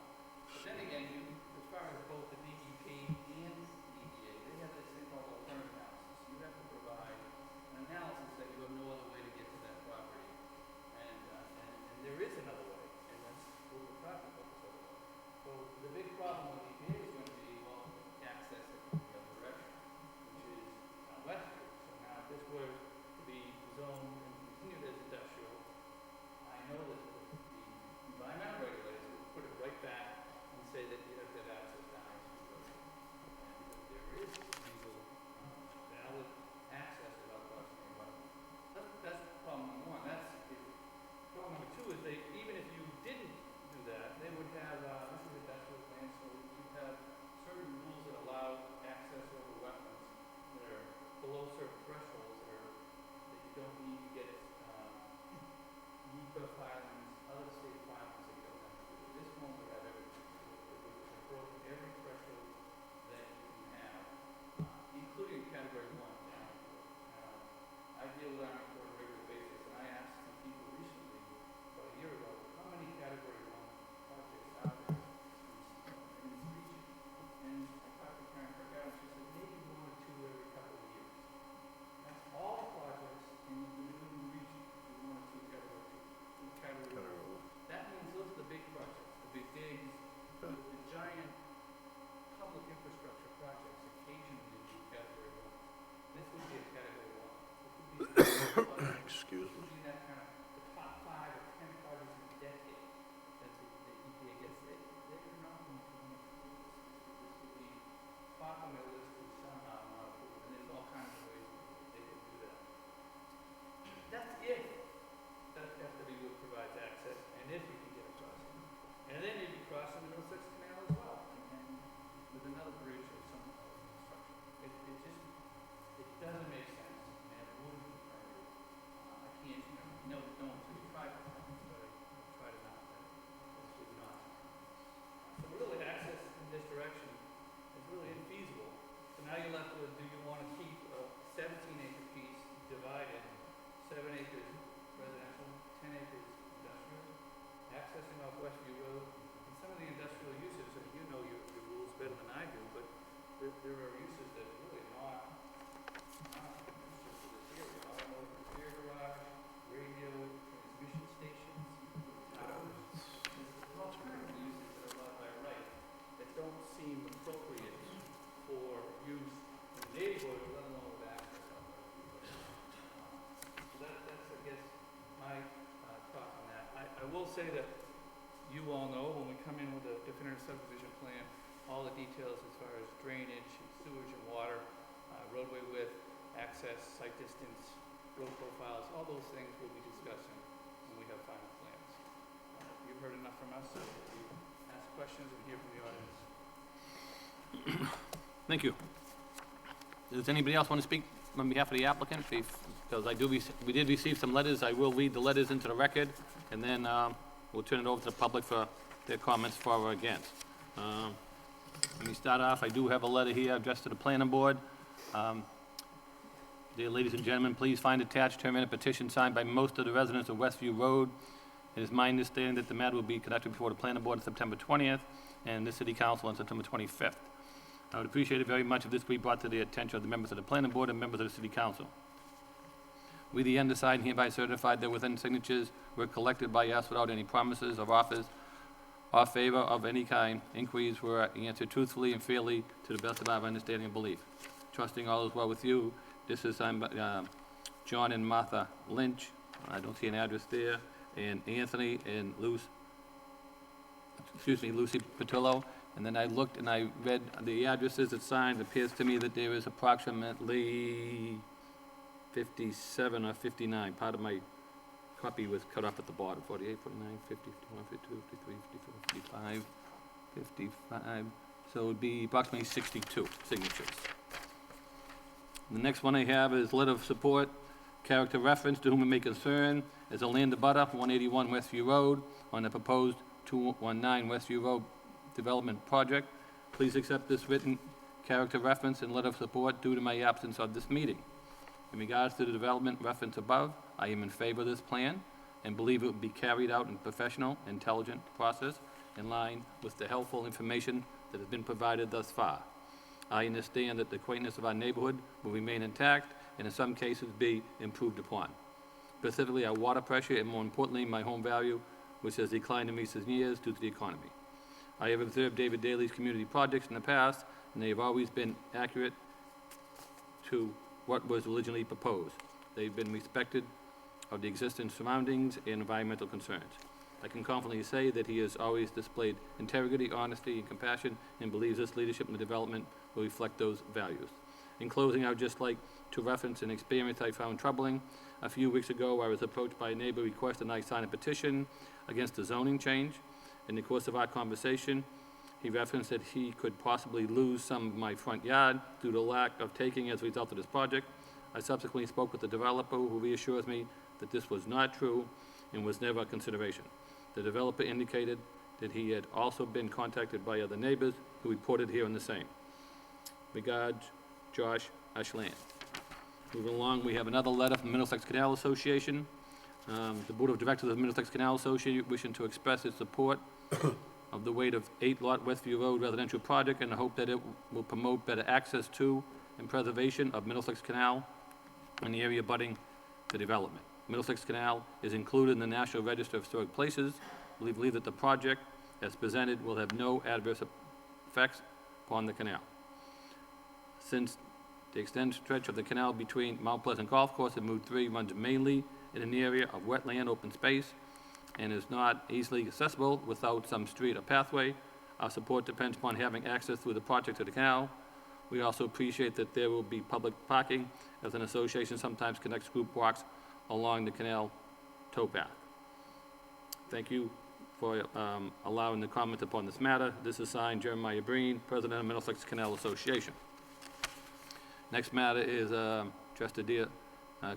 Lenahan, Chairman, Planning Board. On behalf of the Board of Directors of Mount Pleasant Golf Course, I wish to inform you that at our special meeting, the board held on September 17, 2012, the board voted unanimously to oppose the above referenced petition in its current form. The board voted unanimous to oppose the current version of this petition based upon the negative aesthetic impact it would have on the surrounding neighborhood and the increased danger to public safety resulting from children and adults wandering onto the golf course, placing them in danger of harm. The board appreciates your consideration. Denying this project. If you have any questions, please not hesitate to call. Victor Kowalski, President. Moving along, another one. My name is Joe McNamee. My wife, Shayla Mahoney, and I reside at 250 Westview Road. Our house sits on 5 acres of land and directly abuts the project in question. We also own the property at 101 Window Park Drive, which also abuts the property. We believe that if anyone object to the zoning change, it would be us. We would like to make it clear that we support Mr. Daly's petition to change the land from industrial to residential use. We feel that if this land is going to be developed, that a small residential development to be a positive enhancement of the character of the neighborhood. If this land were to be developed into industrial or commercial use, it could have an adverse effect on our neighborhood. Our neighborhood and street is small. We think it would be better if Mr. Daly receives approval of the zoning change than to have our street abutting an industrial development in the future. Our support is contingent on Mr. Daly build no more than 7 houses that can access Westview Road, which he has agreed to in principle. Thank you for your consideration in this matter. Moving along, we have another matter. Planning Board Council members, I am not able to attend the meeting Thursday due to prior commitment. As a result of the area, I'm strongly opposed to development. The cover story is serenity for the neighborhood. It could be called chaos. We have been down this road before and it has been rejected. Does the new developer have more influence than the last one because the prior plan was rejected? So should this new development plan. Do the planning board members live in the area? Does anyone care how often Strand Ave has been flooded in the last years to the point it has been closed? Ask yourself the following question. How often has it been flooded in the last 10 years? How often has it been closed? Will additional houses result in further flooding? The water has to go somewhere, and water does go to the lowest point in which is right behind my house. How much of development is wetlands? If you do not have the answer to these questions, then you should vote no. And unless the flooding problem is resolved, and it has not in 20 years, I believe I don't see contributing to the problem is going to help. If you have additional information, please contact me. This is signed by John Callaway. I believe those are all the letters that we received earlier this evening. So at this point in time, we'll turn it over to the public. I'll just let it go to the public first, I'll let you respond afterwards, okay?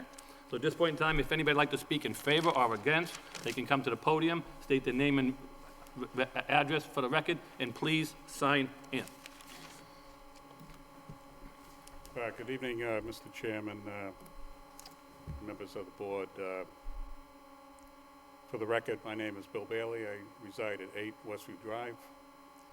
And before I speak in opposition to this petition, I want to be let it known that I am a member of the Lowell Zoning Board of Appeals. I am chairman of the Lowell Zoning Board of Appeals. I did contact the law department regarding my appearance here tonight. I was advised that I could speak before the board as long as I came here as a resident of 8 Westview Drive and not as a member of the board. So with that said, Mr. Chairman, could I continue? Absolutely, sir. Yeah, I believe the thank law department is correct. We had that issue raised before us before. You have every right in the world to speak as an individual citizen. Okay. Thank you, Mr. Chairman. You're welcome. Thank you. I was going to go through a few points, go through a history of the site. Attorney Curtis kind of stole a little bit of the thunder, but as this board knows, back in 2005, I believe, this board denied a petition that was before you for a development at 219 Westview Road. Subsequently, that decision was appealed in the state land court, and in 2008 was rejected, which supported the board's decision. A point of clarification, I'm not a lawyer, but the attorney made a comment about, I guess I'll call it heavy traffic up and down Westview Road. I believe back in 2005 this was addressed. I believe at the time Joe Claremont, who was a member of the board, I know in reviewing the minutes there was a question regarding travel on that road, and I believe according to the attorney at the time for the petitioner, he referenced case law prohibited any type of, I'll call it heavy vehicle traffic on Westview Road, so I'd like to have that considered.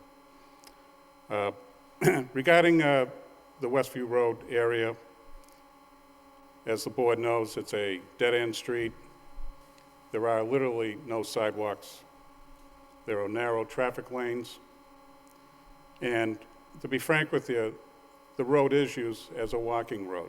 The reason why it's used as a walking road, and it's not just the residents of Westfield, there's also the surrounding area, it's a dead-end street. So people are out there either for a casual walk or for exercise. And just to, as the board also should know, that the width of Westview Road was a relevant factor in the land court's denial. Mr. Daly brought up water pressure in the area. Now, I've been there for 15 years. I haven't been there as long as many neighbors in the street. I've never once had an issue with water pressure. To my knowledge, I would think if there was a water pressure issue on Westview Road, I would think by now that it would have been addressed with a few of the city councilors to get it rectified. So I really have no knowledge of a water pressure issue.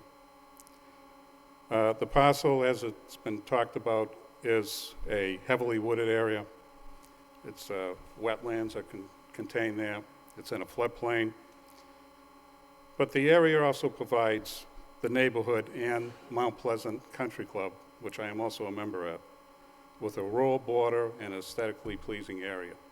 I don't think you'll find too many areas in this city that offer that type of aesthetic pleasing character that blends itself to that street and to that neighborhood. A few facts, approximately 96% of the city's land area is developed or protected from development.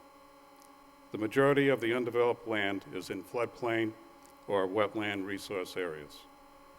This causes developers to promote creative proposals to support building on these spaces. Mr. Chairman, as you know, if this is approved for the zoning change, the petitioner will have to come back before this board for a site plan review. And also, they will have to go before the Conservation Commission. You know, going before the Conservation Commission, there are many wetland regulations that will have to be followed and will be enforced. For instance, preservation of trees, vegetation, displacement of wildlife. All these requirements will have to be met before this development is approved. In closing, Mr. Chairman, the city's master plan, which was mentioned a little bit earlier, objective, is promoting and protecting neighborhood character and open space. Residential property does not belong in an industrial area. The City Council put in zoning changes to curb these type of projects. This project is not in the best interest of the neighborhood. I respectfully request this board to recommend denial to the Lowell City Council for this proposed zoning change. Thank you very much, Mr. Chairman. Thank you, sir.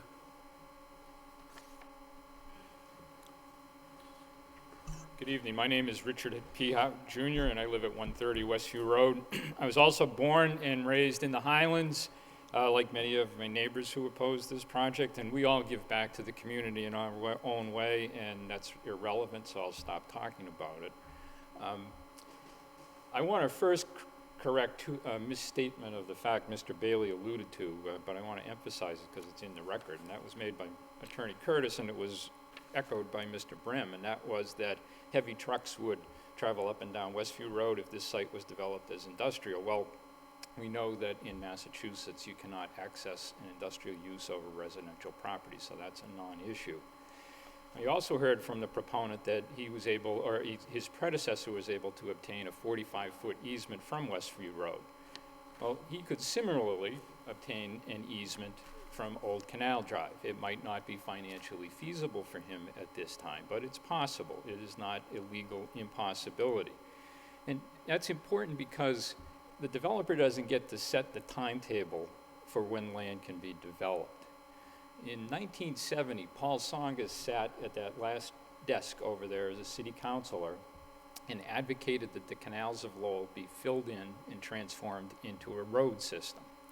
I think 8 years later, when he was the United States Senator bringing a national park here, he probably would have reconsidered that and regretted it if it had been adopted. Your horizon should not be set by the timetable of a developer's financial interest. It should be much broader. And that means to comply with the master plan, which says preserve industrial uses from encroaching residential structures. In fact, that's one of the reasons this board cited 8 years ago when it rejected this similar proposal. And nothing about that has changed.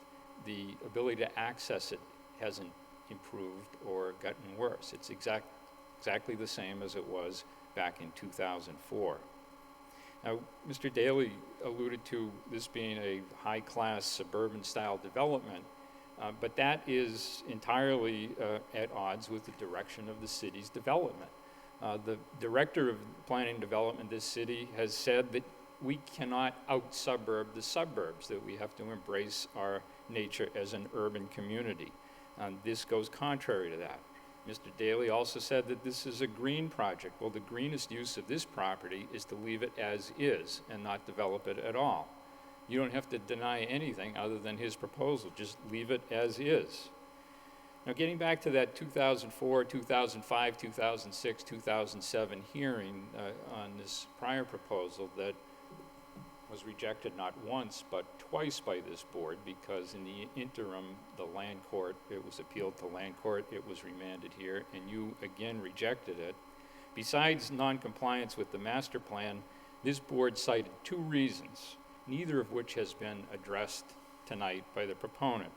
The first was the length of a dead-end street. Westview Road is 1,800 feet long, and this board stated as a reason for denial that emergency vehicle access and water pressure have reached a point where further residential development cannot be sustained. Now, maybe the water pressure issue is being addressed, but Westview Road isn't getting any shorter. It's the same length as it was when this board found that further residential development cannot be sustained. Similarly, this board found that the width of the street at only 17 feet for a 250-foot stretch was, quote, not wide enough to support 10 new homes in that case. Now, these are not trivial concerns, and it's not just about walking and aesthetics, it's about safety. Last October at Halloween at that snowstorm, a tree fell on the side of the street at the mouth of the street up at Pine Street. When it was eventually removed, the street was closed for almost half a day. That completely cut off all vehicular access to the entire stretch of the road. Adding more houses would only increase the number of people affected by that. Now, with regard to these 3 reasons that have not changed that you cited in the last time this was here, nothing about them has changed. They're not being addressed. The road is not it has not grown shorter. It's not grown wider.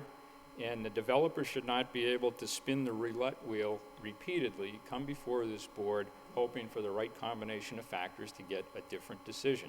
I'd ask you to stand by your past decision because none of the circumstances that affect those 3 issues have changed.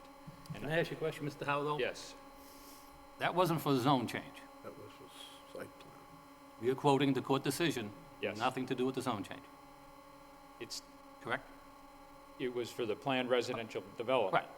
Right. Nothing, they were looking for a special permit Yes, and a subdivision. for 10 houses. They're looking for a special permit and a subdivision. Yes. That's what we voted on. Okay, may I ask you a question? No, I'm just asking. So Okay. what we're here tonight for, as I stated at the outcome, is a zone change. Yes. So those same issues, as you addressed, would come before us again if they came in for a subdivision, which they would need, and a site plan, I know it's not my place to right? have a conversation with you here, No, you're entitled to. but the issue is safety. And so I don't see the distinction between a site review and the allowance of this as a safety issue. Okay, well, you cited the court decision, and the court decision didn't talk about a zone change. No, but it cited a about- question of fact that you It decided. talked that- about the site, it talked about a special permit, Yep, which we're not here for this evening, right. and it talked about the subdivision. But I'm citing it because you found as a fact that the road was too long to safely support additional development. Whatever context that was in, that was your finding of fact at the time. Right. And On a that, site, on a specific special as I permit. said, whatever the context, that was your finding I know based it- on the evidence. I and- recall it very clearly because I was here. And I I'm know. just saying, the zone change and a special permit, as you well know, as an attorney, in the registry of deed, in the register of the deeds, they're different apples and oranges. And that's why this is the zone change. So those same arguments, I believe, can be made for or against if they come back, or whether it is light industrial or whether it's residential. So I'm just saying, the main issue tonight, as I said at the beginning, is the zone change. So the criteria that we have tonight before us is what's better for the city of Lowell. Residential or light industrial. That's all I'm saying. Thank you for your time. Thank you. Next, please. Anybody else like to speak, please? Hello, my name is Ataya Aslanian, and my husband and I and our 4 children reside at 181 Westview Road.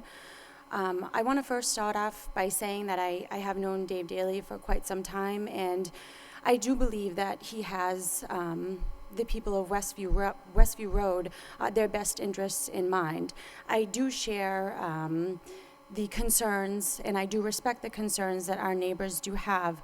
When we moved there, 8 years ago, we were thrilled to move onto a dead-end street where our children can play and there wouldn't be any concerns of high traffic volume. And it's been that way since 2004. I don't believe that that's going to change much with Dave Daly's plan. My biggest concern is that that is a light industrial area, and that will change. If something gets put in there, something bigger, other than 7 homes. My husband and I both share those concerns, and at this point, I don't see where Dave's plan is really going to bring much negativity as far as traffic was mentioned, or changing the aesthetics of the neighborhood. We are very happy there, and I think at the end of the day, I hope that my fellow neighbors at least feel the same way in saying that nobody wants to see that land back there built in any industrial manner whatsoever.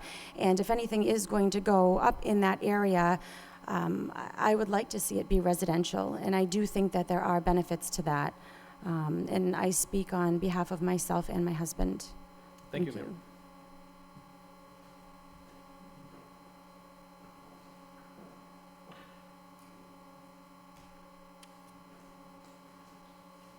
Mr. Chairman, members of the Planning Board, my name is Dennis Connors. I live at 38 Westview Road in Lowell. I also was born in the Highlands, lived there most of my life, and I'm back there now. My wife and I built a home on Westview Road about 6 or 7 years ago on a lot that also had a controversial history, and I'm pretty sure what we did on that small lot enhanced the neighborhood. I am familiar with the land in question and with developments completed by Mr. Daly within the city. In my opinion, the land is residential in nature and should have been so zoned originally by the city. Most of the current development activity in Lowell currently is undertaken by nonprofits who do not contribute to the tax base or are projects that are heavily subsidized by various government programs. The development proposal that would result from a zoning change is to be is completely private in nature, to be completed by a developer who's at risk with his own money, who has an excellent track record in Lowell. In a city such as Lowell, developable land is scarce, as we all know. And I'm sure the parcel in question will be developed sometime in the future, either as another residential development or in some kind of industrial use that is allowed under the current zoning. Opponents of the proposed change sometimes use the lack of developable industrial land as an argument against rezoning. To me, this argument is inconsistent with other development projects that we applaud in Lowell, such as the conversion of old industrial buildings and sites into artist louse, condominiums, or apartments. It is also not conceivable to me that anybody using this argument would really prefer an industrial use on the site within a residential neighborhood.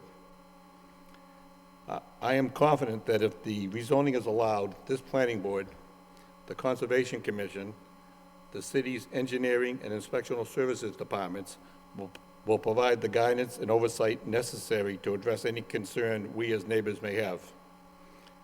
Based upon the proven track record of the developer, his well-thought-out plans, and the proposed character of the development, I urge you to support this zoning change. Thank you, sir.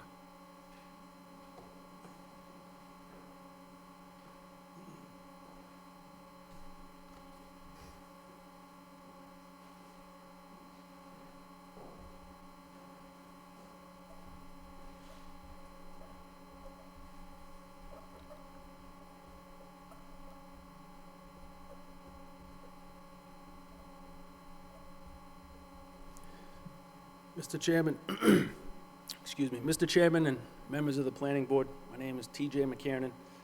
I live at 831 Westford Street. In the interest of full disclosure, I've known Mr. Daly my entire life. He's a very close personal friend. I've known his family my entire life. Because of that, I can confidently attest to his character, his integrity, the type of family that he comes from, the high ethical standards that they have, and their commitment to the city of Lowell. A project like this requires the right type of developer, someone with the professionalism and the right tact to be able to do it the right way. The current zoning of LI or industrial commercial use just does not make sense whatsoever. My second point, I'm a lifelong resident of Lowell and grew up in the Highlands, one street away on Rindo Park. I know that area very well. Delivered newspapers on Westview Road. Spent a lot of time as a young kid in that very area. It makes absolutely no sense to develop that land other than for a residential development. If it was developed as a commercial or industrial space, the traffic certainly would be most likely worse than it is now, or what the result would be if it's developed as residential. The need for widening the road would most likely be on the table, as well as land taking. I just don't think it's necessary. Lastly, I'm also a current member of Mount Pleasant, been a member for nearly 25 years. We currently have too many industrial, commercial, abutting properties that just don't don't look good, and there's no need for another one. I think, again, this type of development needs the right type of developer, the right residential development by the right man, and that's David Daly. Thank you for your time. Thank you, sir.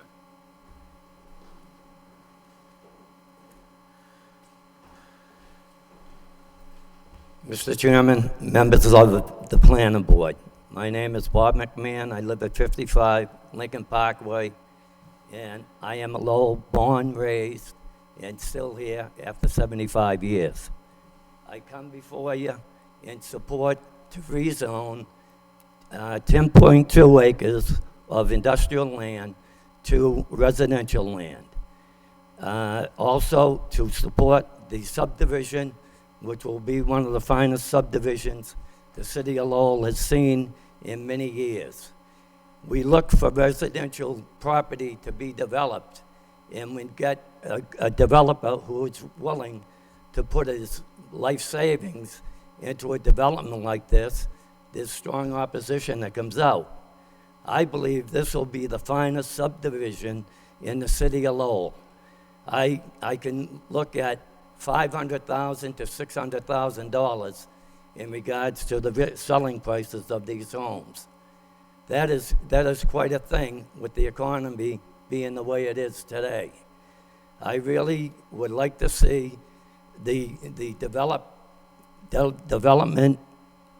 go ahead, and I would urge the planning board to give a strong favorable review to the Lowell City Council for the final vote. And you have a premier developer in David Daly, who has built a lot of homes in the city of Lowell. This will be great tax revenue, and it will be a plus for a nice neighborhood, which will only make it that much nicer. Thank you, Mr. Chairman and members of the board. Thank you, sir.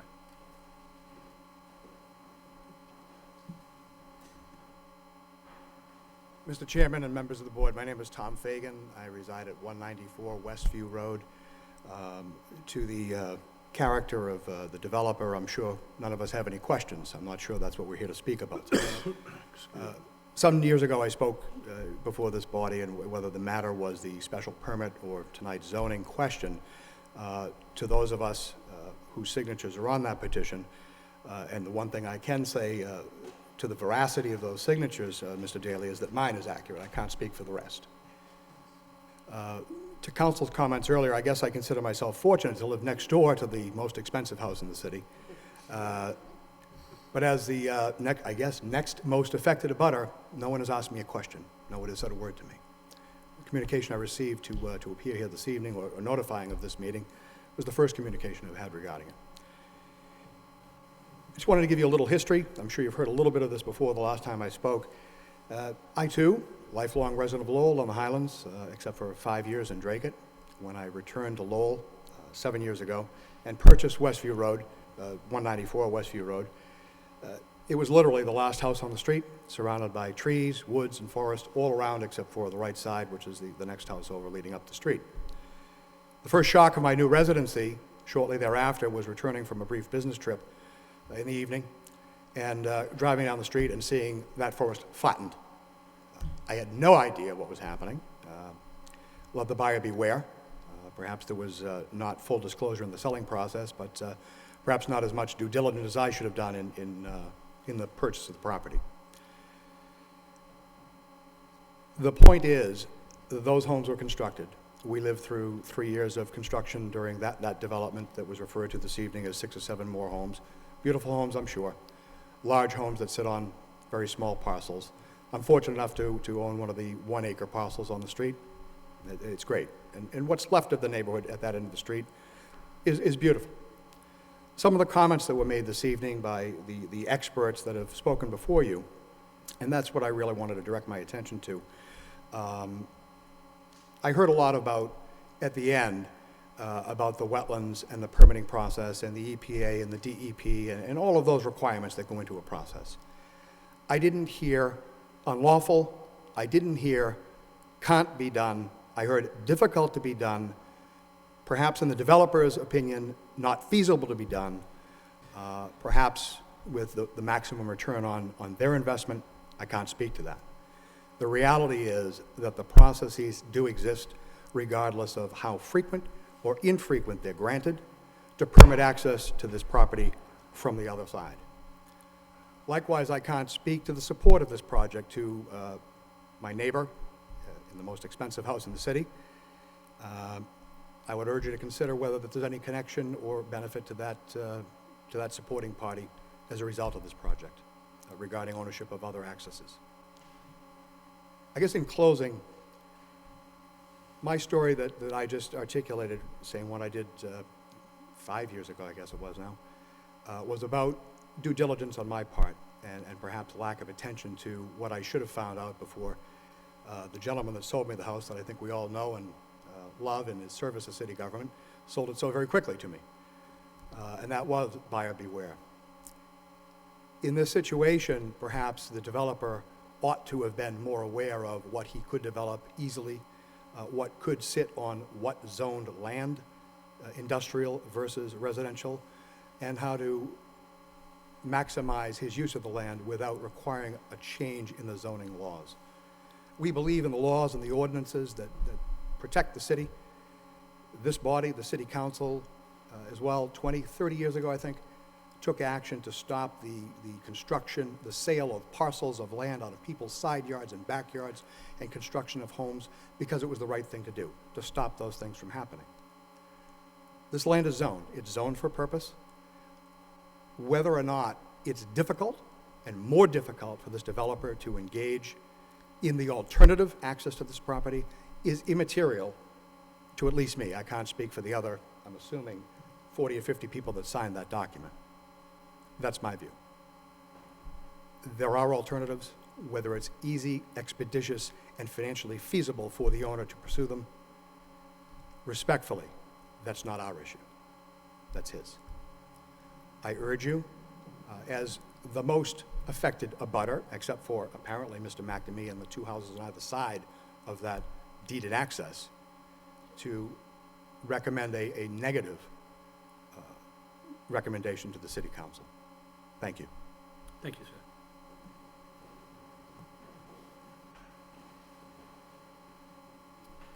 Good evening. My name is William Morse. I live at 25 Westview Road. I urge you to consider supporting the rezoning of this parcel of land. I know Mr. Daly. I've heard a number of things, good things about him, from other construction people in the business. He does great work, luxurious work, and very good construction. That's what I've heard. I also think he's done his homework here in addressing the concerns of the neighborhood. I also believe that it'd be a boon for residential development in this area of the city. I also want to say that a petition was brought up by you and by Mr. Daly. I urge you to not even consider that, because most of the people that signed that petition have a certain, should I say, a brainless mentality about that. My wife and I have been subjected to a number of their moronic behavior over the years. I lived there for 10 years, and I think there's just bullying behavior on their part. And Mr. Daly here has been subjected to that, unfortunately. In closing, I just want to say it's good to see Mr. Curtis here supporting the development of the neighborhood rather than pitting neighbors against each other. I'm encouraged by that. Okay, thank you. Thank you, sir.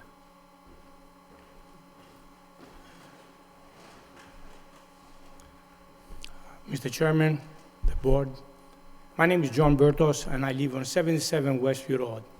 I've been living there for about 22 years now.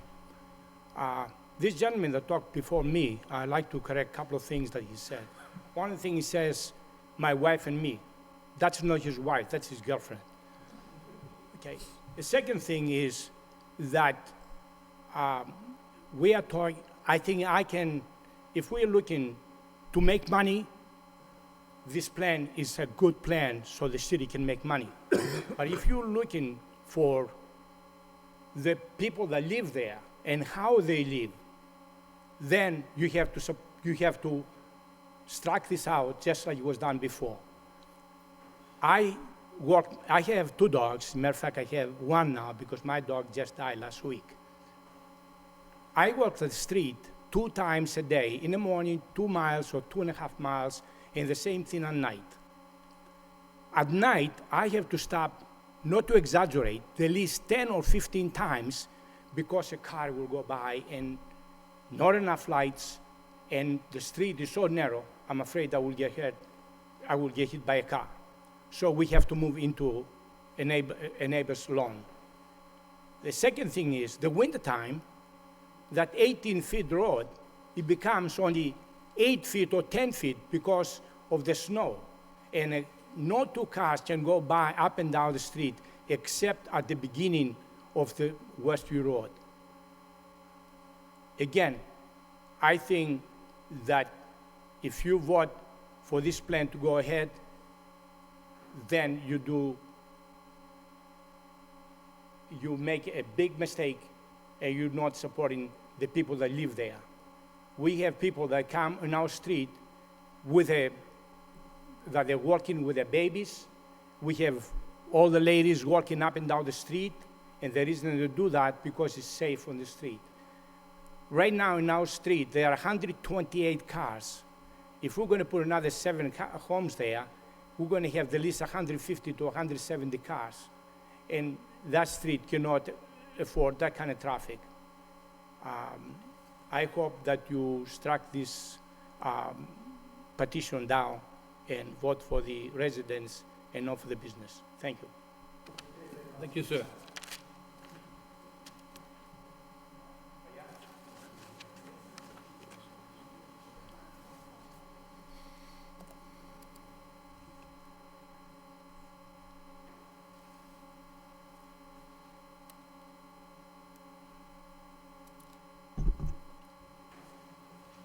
Good evening, Planning Board members and Mr. Chairman.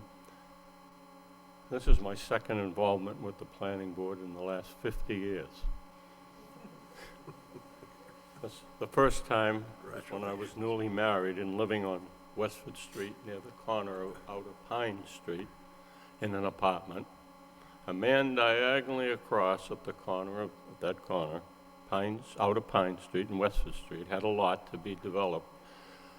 And of course, all single homes there, they were expecting a single home. Well, this gentleman submitted plans to put in a duplex. Now, at 20 years of age, I was ignorant of what the heck was going on, but I was asked to speak to anybody I knew to tell him yes for this project because he came in and asked for the duplex. And there was all to do about it. And I'm wondering what's going on. The guy wants to put up a duplex. I think the final agreement was that and it was television time, he said he would maintain the property, the duplex, and always keep it pristine. And if you want to drive by that corner right now, you look at that southwest corner of Pine Street. There's been a duplex there for almost 50 years, and it is pristine. And the city gained extra revenue, a nice environment, brought up children. Someone in this room mentioned about progress. I'm retired after 40 years at the National Grid in electrical category, responsible for commercial, industrial, and residential accounts and new service requirements. So I'm somewhat familiar, and I know my electric industry, but I'm rather naive about planning. I'm a member of Mount Pleasant, socially now. I joined Mount Pleasant in 1956. The thought of having some homes in the background of a golf course is magnificent. Because in the 60s or the early 70s, whenever it was, I don't know my timetable, in back of our number 7T, there is a commercial building. And it doesn't look very nice at all. Most golf courses that I know of in this state, Florida, all up the East Coast, what we see on TV, to have surrounding homes is both good for the golf course and the homeowner. And I heard a letter that Mount Pleasant's against this project. I can't understand why. I knew nothing of their meeting, but that's in their judgment. I don't know why they wouldn't want it. So there's revenue to come in for the city, and I'm a taxpayer. I've owned property. My children were brought up in the Highlands when I lived in the Highlands. My daughters, my grandchildren, they went to the schools in the Highlands. Now I moved back to Lower Belvedere, I might say, and I'm just connected with the club up there in a social aspect. And one of my previous speakers said that we weren't here to judge character. But knowing Mr. Daley, I do look at his character. And just like the man that said he would maintain that duplex and keep it beautiful, he did it for 50 years. And Mr. Daley is of impeccable character, and I take what he says as gospel, that he says what he means and he means what he says. And he will overcome the hurdles, I'm sure. And I hope you look favorably upon this, as I think it's a great thing for our city. Thank you for your time. Sir, could we just get your name and address for the record, please? I'm sorry.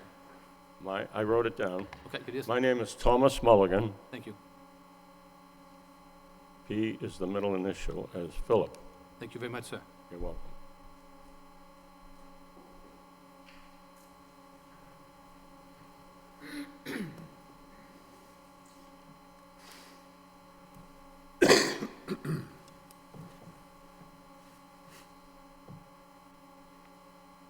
Good evening, gentlemen. I'm a little nervous, so please go along with me. I would like to convey to the planning board, we are not against the development of these homes. We are concerned with the safety issues to the entrance of the project, the rezoning of the industrial land, especially to residential, the width of the street and for emergency vehicles. Well, here we are again. Was it 4, 6, 8 years when we were here last time? Excuse me, I have to put my glasses on.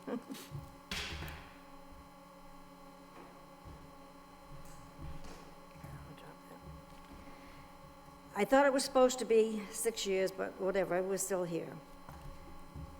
The same interest is being presented, and we all know there is another entrance to this project from Stedman Street, although it's not as attractive as it would be from coming from Westview Road. And may I offer you this information? I think it was in the paper the other day. 4 years ago, the planning board said no to the developer. He went from a cluster of houses to, I think, 15, and they denied him. The Lowell City Council said no. The planning board said no to the developer. The Lowell City Council said no to the project. The state said no, and the judge from Boston said no. There must be a new meaning to the word no, because here we are again. If possible, before you vote on the rezoning, we would like to invite the board, before you vote on it, to come to Westview Road. Be our guest, please. Go down the road, look at the entrance, the little driveway that they want, that's going to become the entrance to the project. Maybe that will help you make a decision. The driveway that the developer wants to use for the entrance is not wide enough for the fire trucks that will go in. That was one of the hazards last time, why the planning board and the council refused it, because of the entranceway for fire trucks and ambulances. It's also a hazard to the children in the area. There's no, it just would be with all these things happening. The city owns this industrial land, which is like, to me, it's like a gold mine. It's a little piece of industrial land. It's like a gold. Let's say it's a gold coin. And let's say the residential, swapping it over for residential would be a silver coin. Now, just as a little old housewife, I know gold is more expensive than silver. So why would anybody swap a gold coin for a silver coin? And what I mean by this is the city's been short on industrial land and is now being asked to give it up for the residential land. Making this judgment does not make sense. And you know, if they did, they've been trying to scare us about saying, well, we'd rather not have industrial because the trucks will be coming down. No way would the trucks be coming down Westview Road because they'd be going off from Stedman Street. And you know that, and we know that too. So I just want to say, please, we're against it, and I invite you again to come down to Westview Road before you vote on this. Thank you. Can we just have your name for the record, please, ma'am? Pardon? Can I just have your name for the record, please?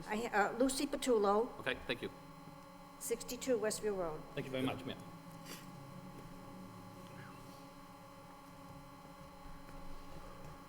Good evening, and Mr. Chairman and members of the board. My name is John Lynch. I live at 151 Westview Road, Lowell, Mass. And before I go much further, I'm the one that collected the signatures on the end of the street that's been referred to by that fellow. I distinctly remember the conversation that I had with him, saying that 10 feet of our land was to be deeded to the city, of our land was to be deeded to the city for road widening purposes.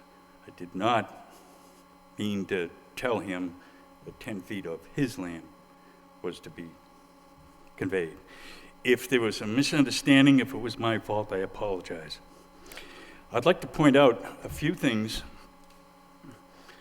That's not the point here tonight. The point here tonight is whether you should recommend rezoning of that area.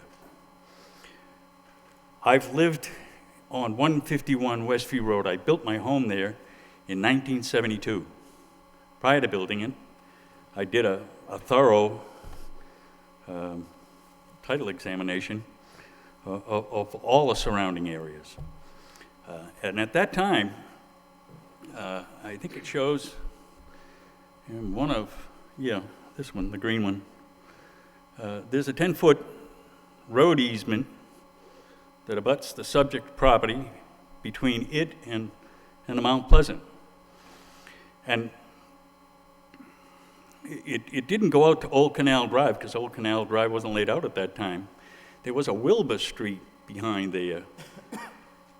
Wilbur Street followed down to the edge of the parcel and came over. Now I understand the parcel just to the west of this locus here was at one time the city well fields. It was owned by the city of Lowell.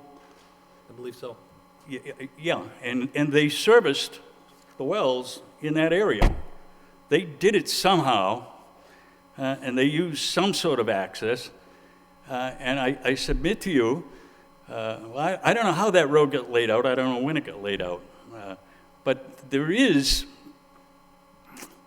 if the city of Lowell had laid out a way, some sort of an access to that road to Westview Street, as it's shown on this green plan here, if they did, and it occurs to me that they shouldn't be allowed to convey the land without that easement. If they did, this is not my primary area of practice. I practiced law in Lowell for 40 years. This was not my primary area, so I don't mean to make any representations on that. There were people far more qualified than I to speak on that. But I do suggest that access to Wilbur Street should be explored. I haven't heard a thing about it, all right? I haven't heard a thing about it, and I'd suggest that the little 20-foot access that was granted by Skinzakis, Elizabeth and Charlie Skinzakis, by Mr. Spanos, I guess the Skinzakises, came after. That was long after that pass. So I don't yield the proposition that Mr. Daly speaks of, that this is the only access to the road. As somebody said, from a developer's standpoint of view, maybe it is the most feasible, probably is the cheapest. As Mr. Howe pointed out, maybe something could be purchased on the other side. Which brings me to the next point. Should this be rezoned? What is the nature of this land right now? On the west, it's bordered by,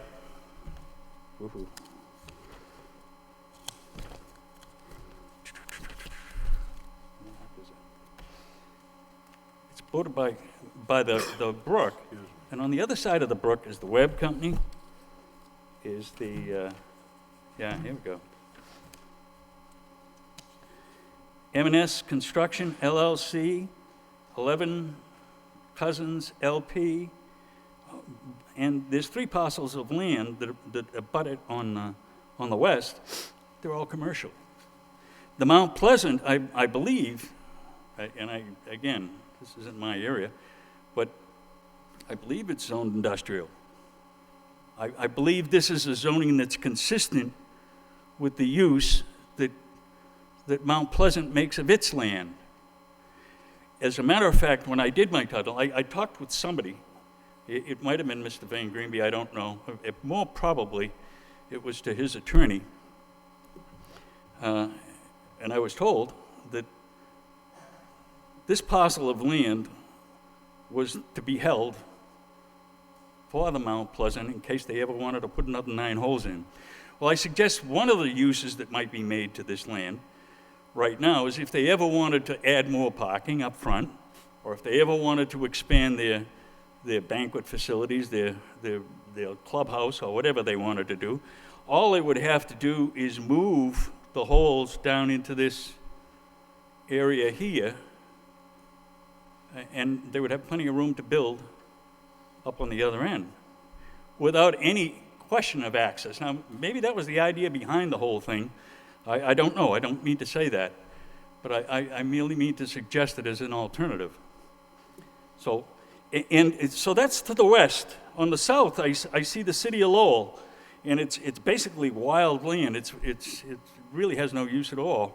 It's wetlands, as it was pointed out. On the east, we see the city of Lowell, Cresta, 233, 227, 215. That's about, I don't know, I'm guessing, maybe about 200 feet on the east side of this locus that's abutted by residential property. All the rest, all the way around, the 1,000 or so feet down, the long Mount Pleasant, it's all consistent with industrial zoning. And nothing needs to be changed. Now, again, somebody mentioned, probably better than I, the condition of Westview. I was astounded when I looked to the decision that was made by first of all, this board did find that the project is not consistent with a comprehensive master plan which seeks to preserve the industrial zone land in the city. That was the finding of this board as reported in the decision made by the land court. So there was a finding that affected zoning. And,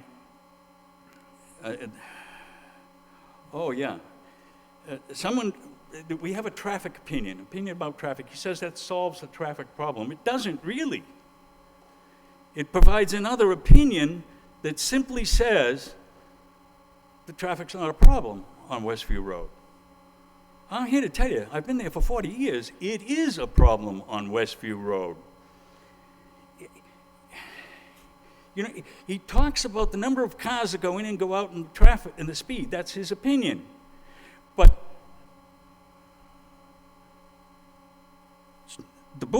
this board found emergency vehicle access and water pressure at this site have reached a point where further residential development cannot be sustained. Now, that's important because not one word of any of his report, as I see it, I might have missed it someplace, deals with emergency vehicles. Now, I live next to Edie Davis. Edie Davis is an elderly person. She's currently residing in the West Willow Manor, is it? Willow Manor. But before she moved to Willow Manor, she's a little hard of hearing, and she was a very frightened person. And people would come to deliver her Meals on Wheels, or the visiting nurse would come, and Edie would get a little bit shy. She wouldn't answer the door. People would call, she wouldn't answer the phone. So the visiting nurse or the Meals on Wheels fellow would call up this 911, and they'd send down a fire truck.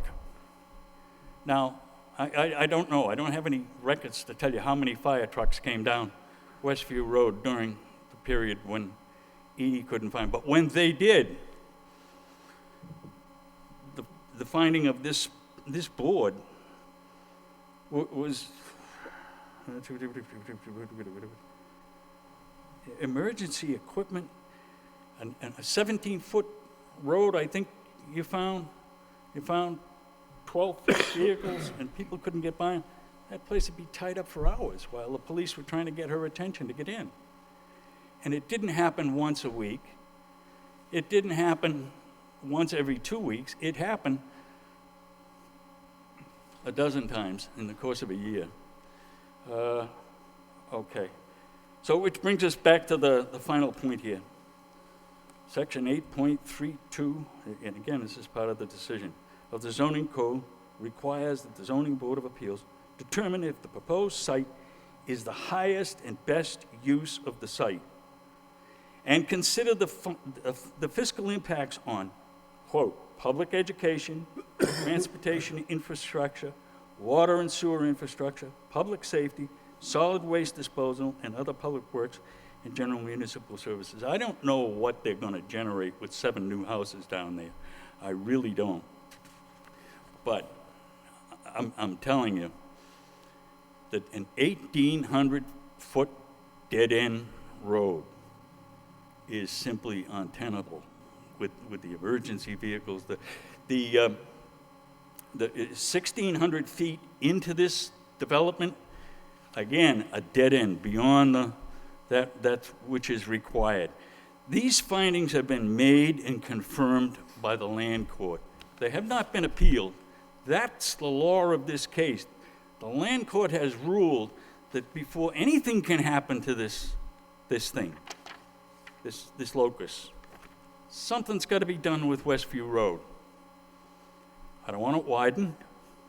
I was delighted to read that the board found that Westview Road is not accepted by the city of Lowell. It cannot be widened. I was delighted to hear that because I like it the way it is. And I think most of the people that live on Westview Road do as well.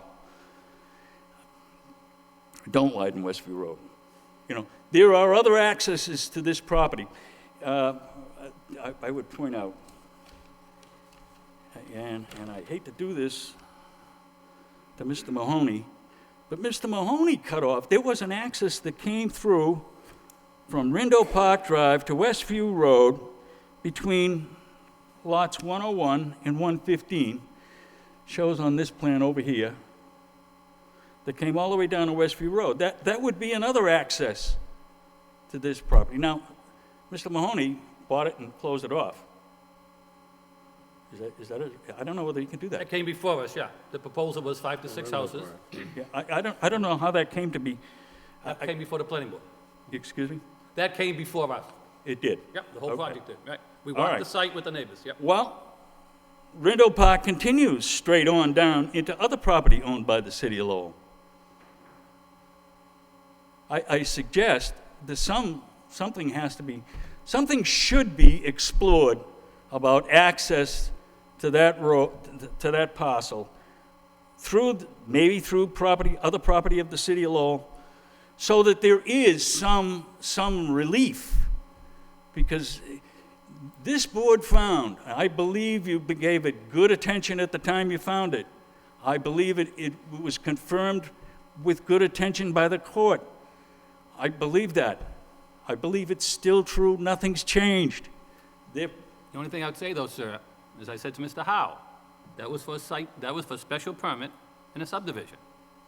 But That- you also addressed, I know, you but hold on also for a minute. addressed the comprehensive master plan of the city I when you did understand it. Okay. The decision we made, the land court looked at two things, basically.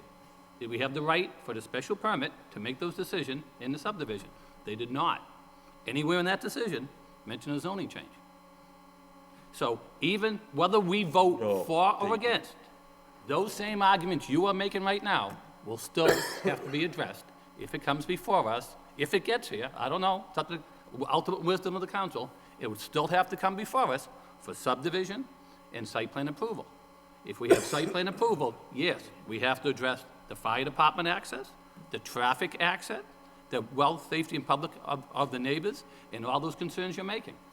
That is for an argument for site plan review and subdivision. The land court decision solely is for special permit, and there's the plan that Mr. Daley presented, if the one that he showed us tonight, for the other 3 lots, if he did 11, which he requested, he would need the same criteria that we used for for special permit in the past. So the arguments you're making now are for special permit and site plan review, not for zone change. Well, yes. Well, then I would urge you, sir. Okay. I would urge you, please. I'm just saying the Listen to difference is, Mrs. Patullo. Listen to her. I She's get it. talking about coming back here after 4 or 5 years.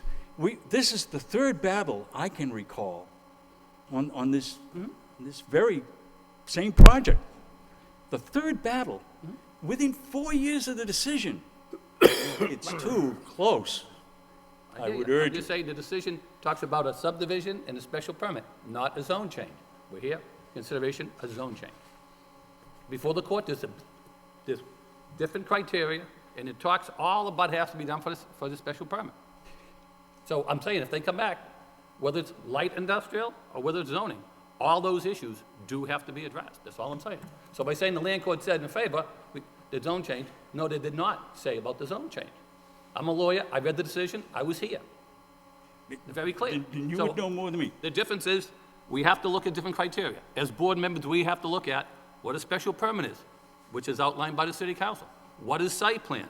What is subdivision? And if we go ahead and beyond and take things into consideration that we should not take, there's no doubt in my mind, the court's done a rule against us. So we have to pick what they're asking for in regards to the Pacific. So the specific is, those are generated, as the land court surely says, and I have a copy here, and I refreshed my memory again today, as I did yesterday and the day before with the decision, it talks about a special permit and a subdivision. And there's no doubt in my mind, if they come down here, then the question will be the subdivision. And the question will be the width of the road, the traffic, the fire department, everything you said goes to the goes to the discussion of site plan approval and subdivision. And again, That's all I'm I saying. would simply point out to you. And I hear you. I mean, I totally get what you're saying, but it's the difference of what the applicant is requesting at this point in time in front of us, which gives control of what we can and cannot do. And we have to stay within those limitations, or then, as my name was mentioned on the suit, that we're obvious and capricious in our decision. So I totally understand what you're saying. I'm just saying that fight is for a different day with the site plan review or the subdivision. That's very, very clear on what the land court said.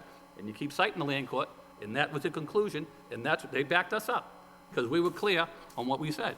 And those are arguments that we made, and after we listened to everybody, and the land court decided, and we made reasons on the special permit, and we outlined our special permit reasons, and we outlined our subdivision reasons. And that's what we have to do for every site that comes before us. It's very clear. We've been instructed on this many, many, many times in the law department. So we have to stay within our bounds when an issue comes in front of us. If there's something that we like or don't like personally, and it's outside our purview, we have no right to say that. So I'm not saying for or against the subdivision, for the subdivision, I'm just saying all the arguments you're making on that land court decision are for a special permit in a subdivision, not for zoning change. That's all I'm saying. But the findings regarding the streets still apply. And that would come in for site plan and subdivision, correct? Correct. Still would apply for site plan and subdivision, yes. And we would get a letter. Respectfully, sir. We would get a letter from the traffic department, we would get a letter from the fire department, We'd get a letter from the engineering department, we'd get a letter from the water department. Every city department has to sign off for or against and send it to us before we can make any vote, whether it is site plan or special permit. And if we don't look at their recommendation, we're not supposed to vote on it. And then if we don't vote on it in a period of time, it's deemed accepted. So those considerations are what we have to do for when we're considered sitting in a forum as site plan or special permit or subdivision. Are you prepared to make a finding now that the highest and best use of this land is as residential? That's not my decision. Not at all. I don't have that decision. The city council does. That's very clear. We all know that. Your recommendation should be based on I know the our requirements of the purview. city council. I know. And I know that the city council makes the decision. The planning board does not. That is very clear. Thank you. Thank you, sir.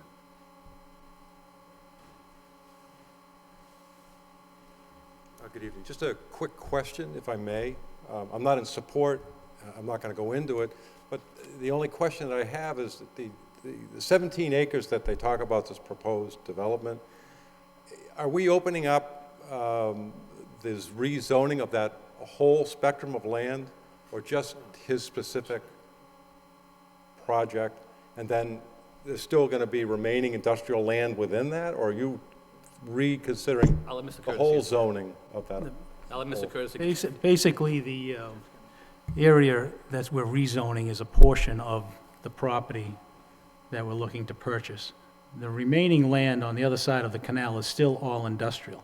Okay. All we're looking to rezone is a portion of that land. It's right now single-family. A portion of it is already single-family, and it's just the area that is the triangle there, that parcel you see that we're looking to rezone.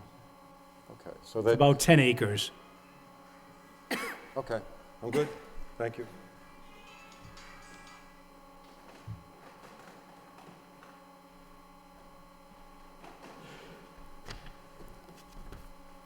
Mr. Chairman, members of the board, my name is Edward Bimbo. I reside at 107 Westview Road. I would like to address the traffic study since it is a public record at this point and pertinent to the case, even though it's not pertinent to the zoning per se. A lot of people, as you kind of figured, traffic is a problem on Westview Road. It's not that anybody on the street wants to change it. We like the street. It's a very walkable street. But the traffic study which is very professional, collects a lot of very good data, cites very, very pertinent standards, and it's a pretty good study for a day in the life on Westview Road. It's a 24-hour study. And the numbers could change significantly depending on whether or not it's a longer study, whether they picked a different day. It is a day in a life, and it's a snapshot in time. So I would take it with a grain of salt. I do not think that it reflects what it's like to live on Westview Road, because I live at the narrowest part of the street. The amount of pavement on the street is 16 feet wide. It's bookended by trees and a boulder. So it is the narrowest part. As everybody on the street knows, we treat the street and narrows like that. And it's the first narrow. There's more as you get further down the hill. We treat it as a one-lane bridge. And the traffic study cites, knuckleheads that don't really like their side view mirrors. That doesn't happen a lot. It's mostly a lot of jockeying. And it's back and forth and jockeying. And if there's a landscaping truck on the street, it's a one-lane bridge. If there's a UPS truck delivery at my house, a fire engine can't get by. If there's a walker on the street, it's a one-lane bridge. If there's a kid on a bicycle, it's a one-lane bridge. So the traffic study really doesn't get to the heart of what it's like to live on that street. And then you start, if you even think about projecting, and they tried to project out into, what the new development would add to the street, and it doesn't even come close. I mean, you're talking about things such as they might extend the school bus line down there. What are school buses going up and down the street going to do? We're going to be subjected to years of heavy equipment. We're not going to get industrial trucks going up and down the street, with the exception of the construction vehicles, which that's going to definitely affect the quality of life of the entire neighborhood, as well as the fabric. It'll chase away a lot of the walkers in the neighborhood and joggers that use it on a regular basis. It's going to definitely decrease our quality of life on the street. I've sat on multiple occasions watching Mayflower trucks back up the entire length of the street. It takes about 30, 45 minutes and pretty much wipes out the entire street. And that is what the reality of living on a narrow, bucolic street is like. And I don't think that any development down there is going to adversely affect the quality of life for not only the residents of Westview Road, but the area as well. And I would very much urge you to not change the zoning for this piece of property. Thank you. Thank you, sir.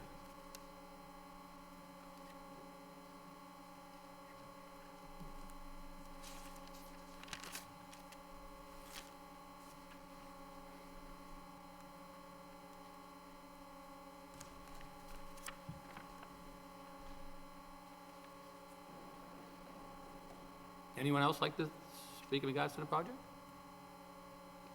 Anyone else? If somebody doesn't want to speak,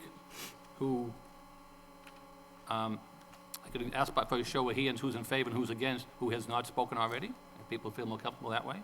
Is anybody here who's in, let me start with this way, anybody here who's in favor, who has not spoken already, that just wants to give us a show of hands?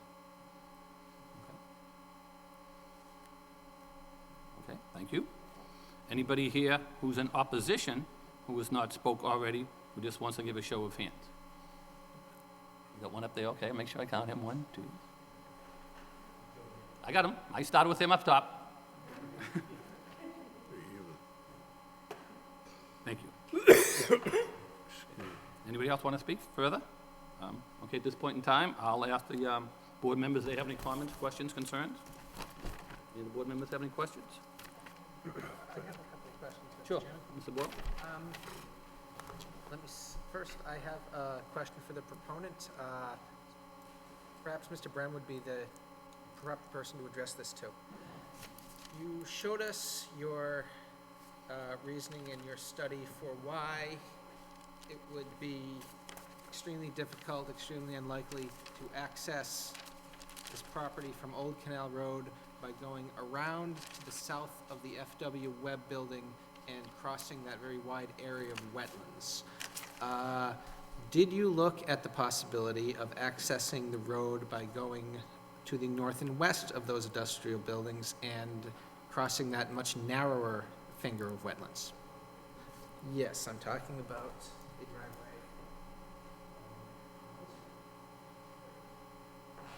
Well, first of all, it's private property. Right. Owned by the developer.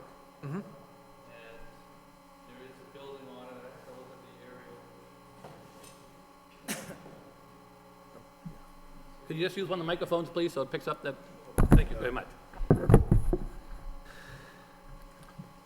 Yes, on this map, this is an aerial photograph, you're saying come through here, but there is a parking lot here for this building that would have to go either through or around that parking lot that is owned by a private entity, and then through the wetlands onto the property. So the two prohibiting factors, 3 prohibiting factors is, 1, it's not owned by the applicant or they don't have access to it. 2 is there is a parking lot there. And 3 is there is still a wetland crossing, though much lower than what you, as you mentioned, lower than the 350 feet that I mentioned on the south side of the FW Webb building. Okay, you've cleared the very low bar of confusing me. Going around to the south of the FW Webb building also involves crossing over private property, correct? That's true. There is a sort of a driveway all the way down into their parking lot, so that's the difference. A privately owned driveway over which the city has no easement? That's correct. Okay, so so in that sense, we're talking about exactly the same situation. We're talking about the possibility of creating an access over private property where the owners have not given this permission, both by going around the south and going over the north. Is there a difference that I'm not getting? I spoke to their vice president after going through many channels, Ed Welch at FW Webb. They've been there since 1989, and again, my building is actually located at the top of Old Canal Drive. I know the area well down there too.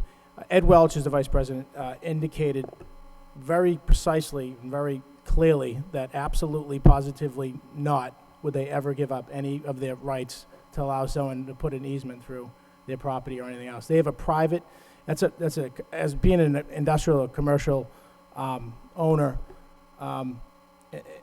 you know, obviously security for residential housing is key, but also it's more of a problem when you have a building that's vacant overnight.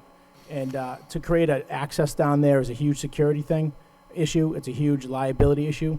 And he said it would, no offense, he said FW Webb doesn't need a couple $100,000 or whatever. That you know, it would never be a possibility. Those buildings are not both FW Webb. The FW Webb is the southern building? Or are they both? I believe, from what I was told, FW Webb rents out the other one. Oh, okay. Correct. Oh, okay. So we are talking about the same owner there? Correct, yep. Okay. They own 500,000, that whole bottom part is owned by, Greg can weigh in on this, by FW Webb from what we've been told. It's actually 11 cousins, but it's FW Webb. Okay.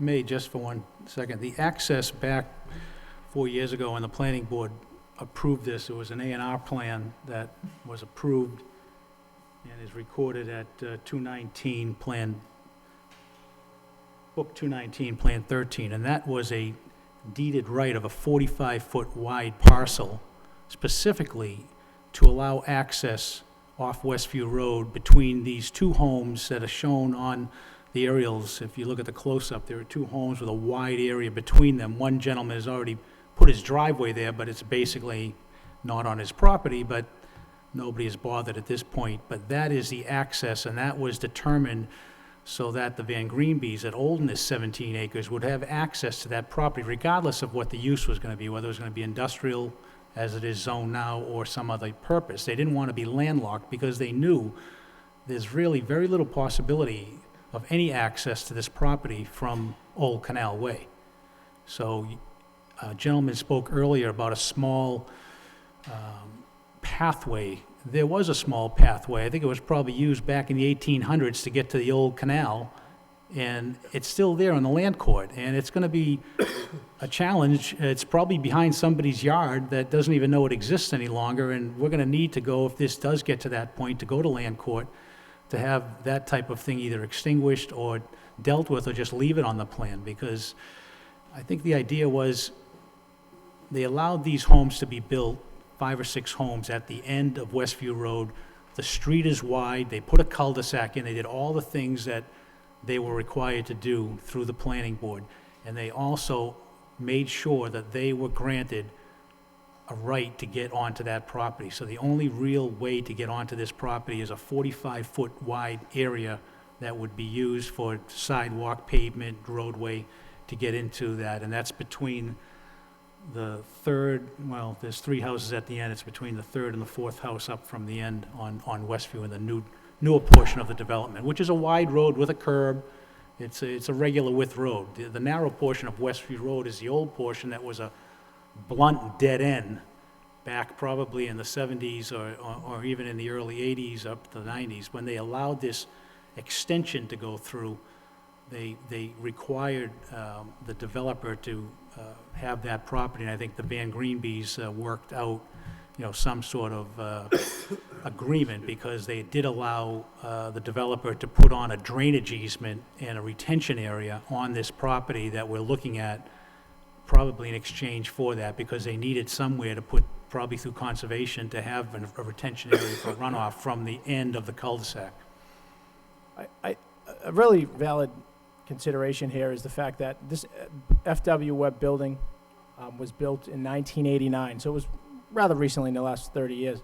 And at no point during that plan is there any easements on that property at all for any access for public use at all. It's all privately owned. So if there's any, if there's any consideration at the time that this could possibly be used to access that property, it would have been done.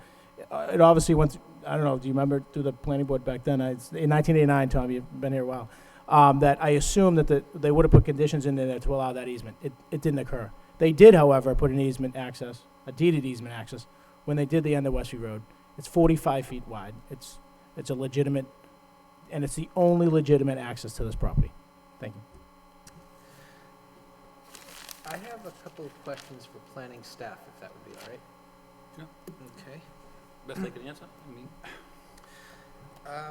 A question was brought up, a point was brought up by a couple of different sources about the benefits of additional large lot suburban single-family housing, its benefits for the city, its benefits for the general city's housing character. Do we have a shortage of expensive suburban single-family housing, and has the promotion of that type of housing ever been identified as a goal for the city to promote? There's not been any analysis done recently that would indicate there's a shortage or not of suburban large lot single-family housing. Just not an analysis that's been conducted, so I can't say whether there is or not. Perhaps the market would be a better way to gauge that. The master plan in 2003 that was endorsed, or approved by the planning board, endorsed by the city council, talks about specific areas where additional housing development is an opportunity. But I think it talks about that through the guise of but through the prism of neighborhood character and determining where new residential development may occur, and was then codified in the 2004 comprehensive rezone. Okay. And another question, this lot, its current zoning is light industrial. When the zoning map, and I'm embarrassed I have to ask this question, when the zoning map was redrawn in 2004, was this property rezoned to industrial, or was it industrial at the time and kept in industrial use? It was zoned for Industrial industrial use at the time and was retained. It was the zoning code before 2004 identified this general area. It wasn't light industrial, it was industrial park was the title of the district. It didn't include this piece, as well as pointed out earlier, the other side of Route 3. Okay. Those are my only questions, Mr. Chairman. Thank you. Any other board members have comments this time? Mr. Fischett? Mr. Chairman, thank you. Just in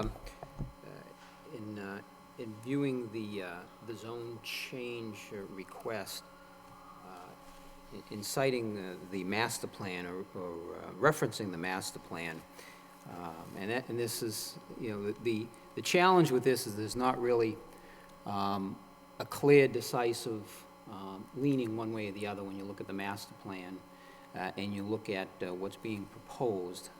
The master plan cites the protection of industrial areas from encroachment of residential industrial uses, and that's on page 90, but it also on page 88 highlights this area as well as protect and enhance viable industrial areas. Now becomes the definition of viable in this particular case. I believe the zoning goes back to 1966 as the industrial park. We're over 4 decades and this property has not been developed. In essence, it's landlocked from the industrial access. I applaud the petitioner for giving us some background at the access. What I would have liked to have seen is what the cost would be, some sort of a cost analysis to access the site. Zoning is in place for long-term planning. However, 4+ decades without any development on the site certainly indicates that there might be some issues with that particular site being zone light industry.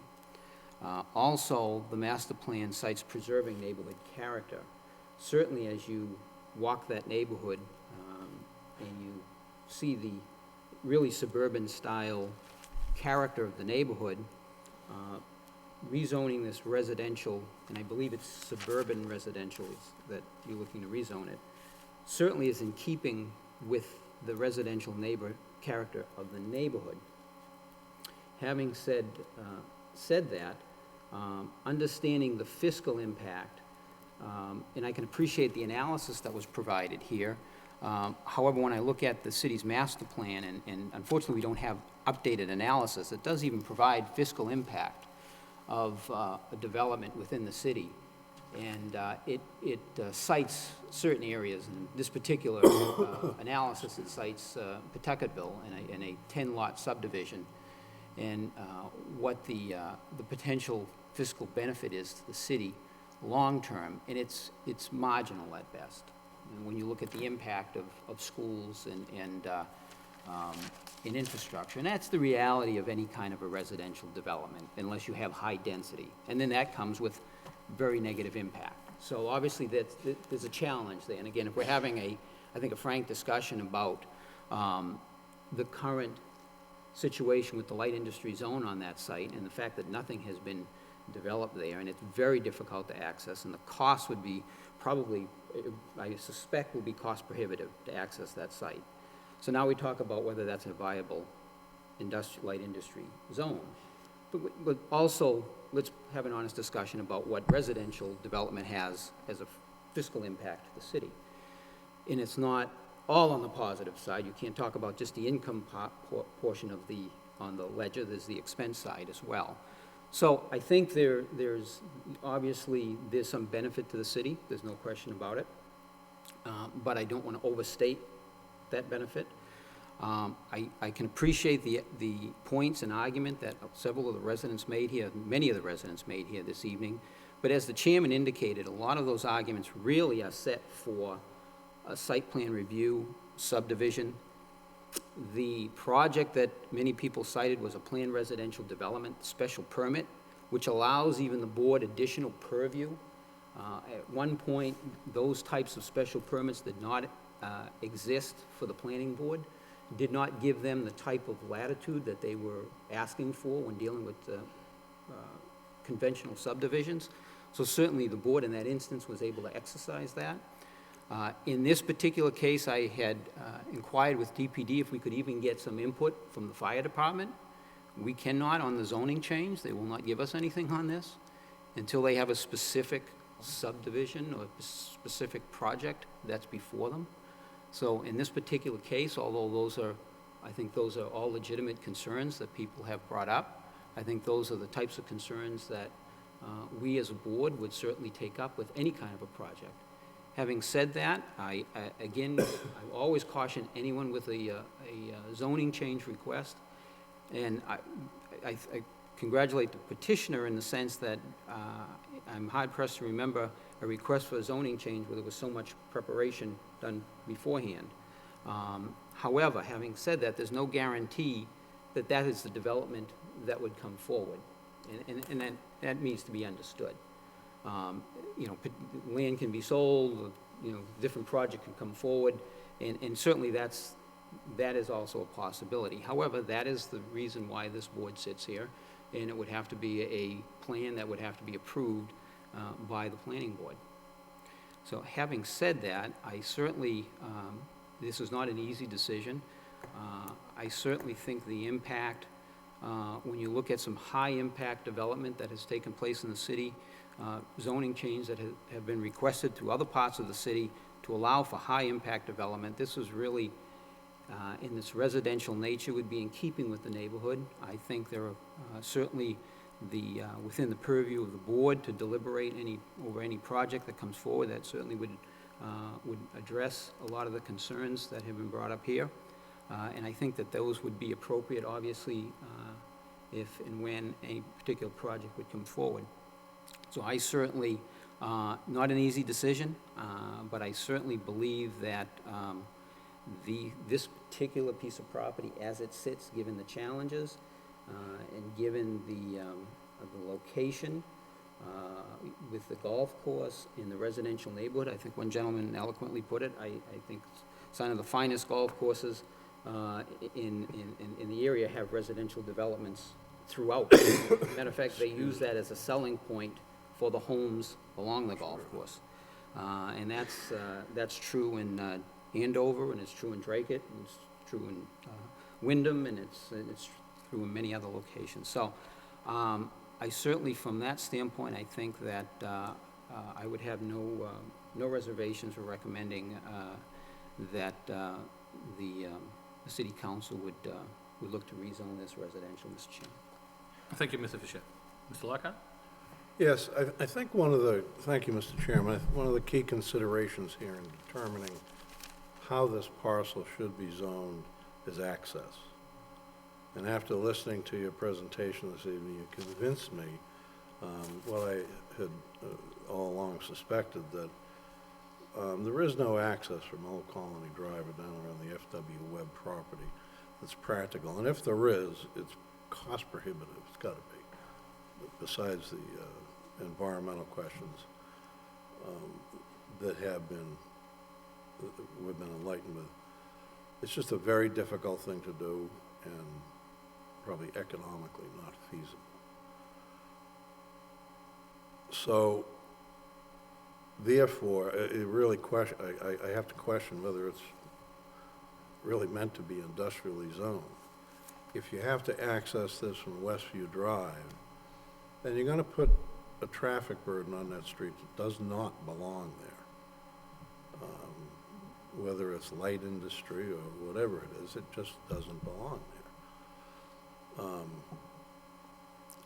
The master plan states in one section, 8.1.4, that we should strengthen and enhance existing industrial areas and develop new sites for business opportunities.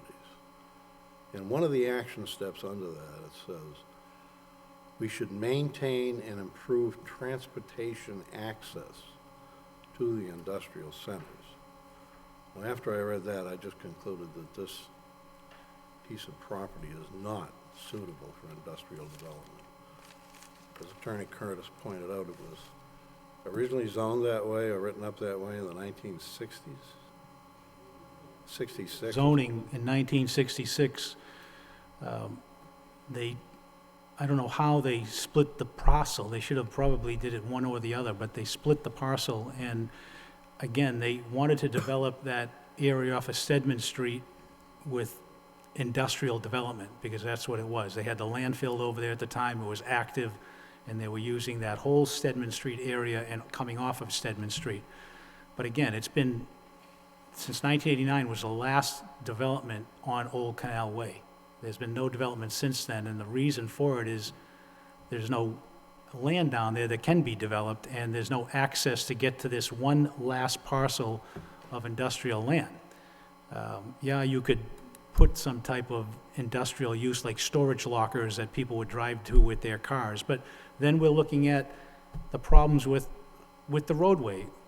Westview Road is a narrow road. We're going to have to deal with that if we come before you with a subdivision plan. That's going to be one of the issues, but it's not feasible at this point, and after 40 years, that nobody's had any interest in doing anything industrial down there on this parcel of 10 acres, that it should be basically conforming to what is the rest of the neighborhood. You have a golf course, you have some beautiful homes, you have a whole development that was done in the 60s and the 50s and 70s of all those roads, Rindo Park Drive, Florence Ave. I've been going up there for years. I'm a Belvedere resident. I'm not a Highlands resident. My godmother lives right there, and I've been there all my life, so I'm pretty familiar with it. And even Lincoln Parkway, which is one of the nicest roads in the city. So it warrants it, and it fits in with the character, and I think it's the only good use. Now, again, whether one home is going to be down there or whether 17 homes, that's what we'll need to come before the board for if we get past the city council. Right. Well, my point is, having been around that long, as Mr. Frechette has pointed out, it really needs a fresh look.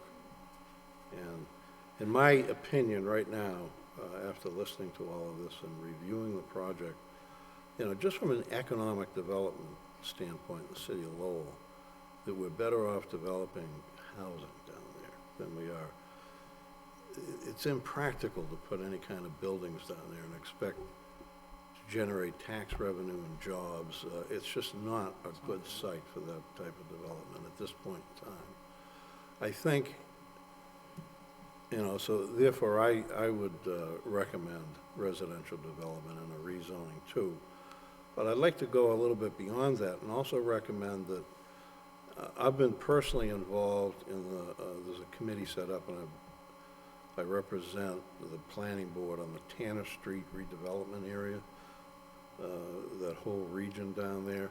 And there's some very exciting things happening with industrial zoned property over there to enhance the infrastructure and make it attractive for a developer to come in and really develop appropriate space and provide parking and things for good industry. I'd rather see us do residential there and look at other light industrial areas around the city and do similar things to what we're doing on Tanner Street.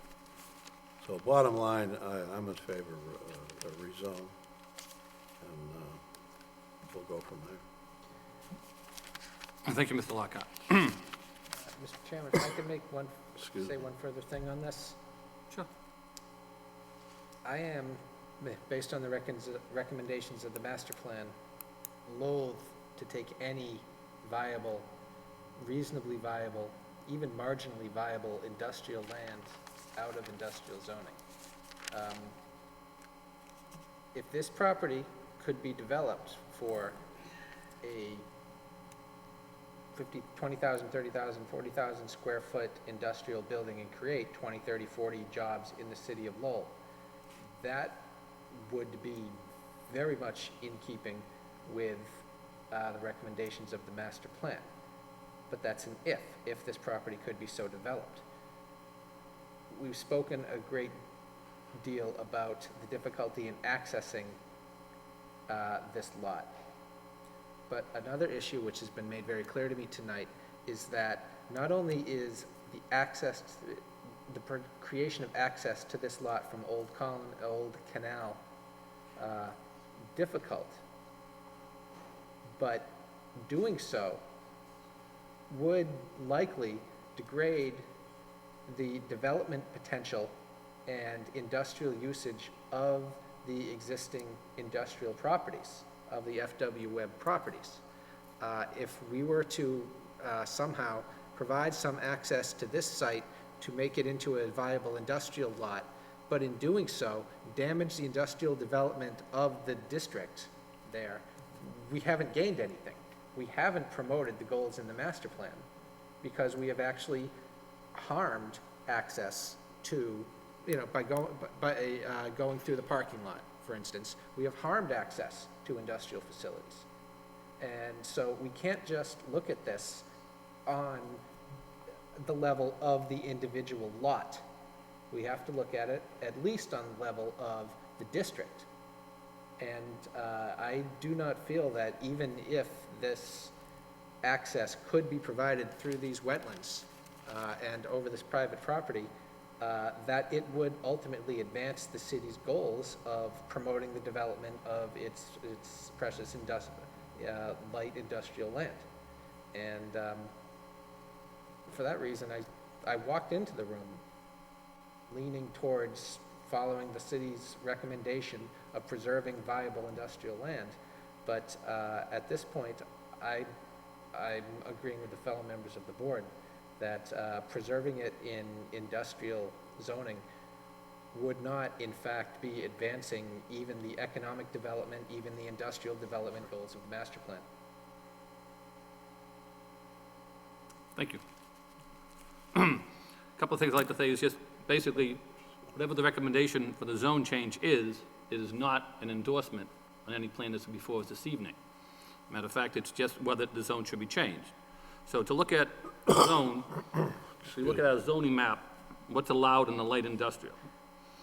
Right now, what's allowed there by right is the use and exemption of religious purposes. They can put in anything that is land owned by the Commonwealth of Massachusetts or any agency, which we all been seeing the University of Lowell building plenty of things here in the city of Lowell. And if you noticed, not one of those projects has come before us because we have no say in that matter. It also says that you can put in a licensed child daycare facility in industrial zone. Those are by right. It also talks about a commercial recreation facility, use of food and beverages on the site, establishments on the site as well. Then also by right, it goes on and talks about, let me see, let me get the other part here, the zoning, to see what we can put in. But then it goes on for special permit. What could go in by way of a special permit? Residential could go in, a hotel could go in, a motel could go in by special permit, non-exempt educational uses could go in by special permit, commercial, recreational facilities for outdoor by special permit, and also a hospital by special permit could all go into the light industrial zone. So the question is, when we refer to the master plan does indicate the use of industrial, and it also talks about the neighborhood character. For a residential neighborhood, such as this, we feel what's the best use of the land? Would it be best to put maybe a hospital in there, a religious purpose in there, licensed child facility in there? Or would it be best be maybe to enhance the neighborhood by looking at the neighborhood character, as the master plan said, the best use, to maybe zone it residential? There was plenty of talk about, and I've reiterated a couple of times, on the land court decision. Land court decision was very clear about a special permit and a subdivision. And as I said earlier, no matter what comes on that site, what and if in the future, it will have to come before us on site plan. And if a development of that nature is going to come in, that would have to come in by subdivision. As the other board members said, you call the fire department, they asked, they cannot give us a criteria on that. So we would have to look at that in a different light. The other matters under the zoning recommendation, as you know, our recommendation is not bounding by the council. I really believe that the city council is the one who creates the zoning in the city. If this piece of land has been landlocked for so long a period of time, I think we should get the ultimate wisdom of the city council on what they feel best fits the neighborhood character in that area. And saying those things, under those conditions, I feel that on the golf course in a residential neighborhood, a residential zone would be the best thing for neighborhood character. And also, as indicated by people who did speak here earlier tonight, it would have to go to conservation. It would have to come before planning board, would have to address the wetlands, and that would be an argument that would be made in regards to what the land court has said, a special permit in the subdivision, because they would have to come in on the subdivision. So tonight, for the recommendation, I believe the best use of the land to enhance the neighborhood character would be residential. So those are my concerns. So at this point in time, I'd ask the board what the recommendation is, if anybody wants to make a motion. Mr. Lockhart, go I ahead. just have one more point. I'm sorry, I forgot. It was alluded to briefly about the history and the Middlesex Canal and access to that. You know, in Lowell, I chair the historic board here, and history is very important. In fact, last fiscal year, at our last historic board meeting, in the past fiscal year, we approved $43.5 million worth of property improvements in the city of Lowell, just from an historic standpoint. That's architecture and building. So history is important, and preserving, you know, the heritage of the Middlesex Canal is an important part of that development. I just want to note this, in discussions with the Old Middlesex Canal Board, we're looking forward to working with them and actually giving a history in our parking area and then in the past of the history of the canal. It's amazing if you look up on the website. I was amazed that when I, you know, played in that area when I was younger, I thought I was the Black Brook, but then that's kind of a colloquial term that we use. It was great to find out that it's the oldest canal in the country, and I would love to be able to provide that rich history there and get access. My sister's a teacher here in the city and was recently telling me about taking the kids up to a vernal pool up in Tuckerville, and they loved it. And for us to be able, it's a hybrid way to address private and public uses and help educate the kids and adults that are interested in that. Thank you. The only other comment I would make is, I have been up to that street. I was there last Sunday. As most people know, come before the planning board, most of us board members do make an effort to go out and view all the sites. Obviously, you know, we do a lot of homework before we even come before the meeting. But as one woman asked, you know, we should go up and look at it before. I just want to give her assurances. I have been up there, and I've been on that street several times. Those are just comments that I have been there before. I would consider a vote on anything. I do go and make the site visit, and I know other board members do as well. So at this point in time, what's the recommendation of the board? Mr. Chairman, I make a motion that we recommend to the Lowell City Council that they approve the request of the petitioner to rezone the parcel and the subject parcel to the suburban single-family SSF zone. We have a motion on the floor. We have a second? Second? Motion made and second. All in favor, say aye. Aye. Chair votes yes. Any opposition? Hearing none, the recommendation is in favor. The matter will go before the Lowell City Council for the recommendation on the zone change, which will be Tuesday night. And as indicated earlier, the City Council has complete control of the zone change. We are only a recommending body. I want to thank everybody for coming out tonight. It was valid points on both sides, and thank you for your consideration. Thank you very much. Thank you very much. We're going to take a 5-minute recess before we start up again. Okay? Give the people a chance to clear out and the board members to catch their breath. Can we recommend We can't put conditions. this light industrial zone? I mean,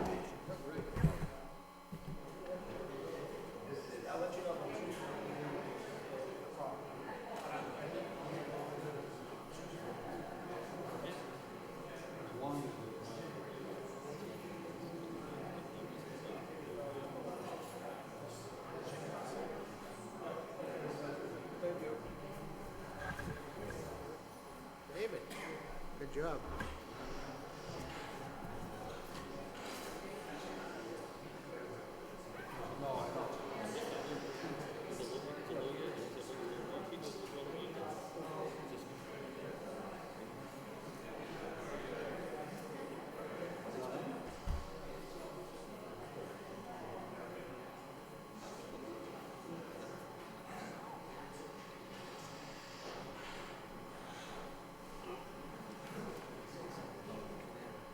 yeah.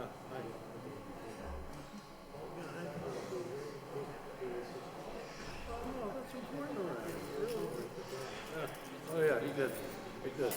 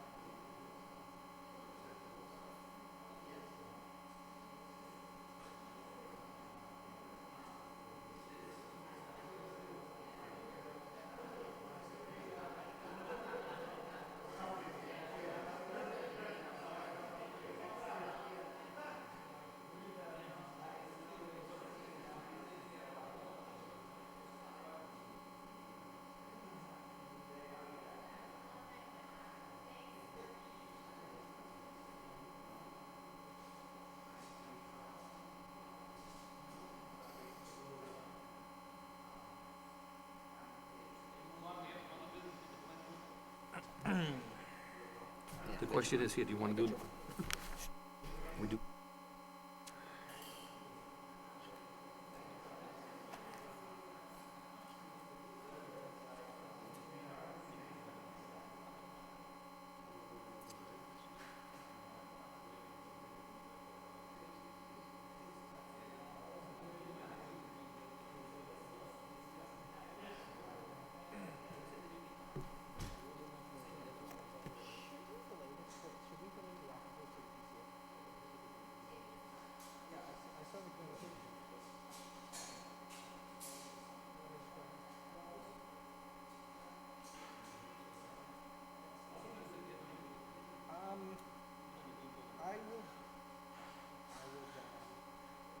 That's the one, he said he wasn't saying anything.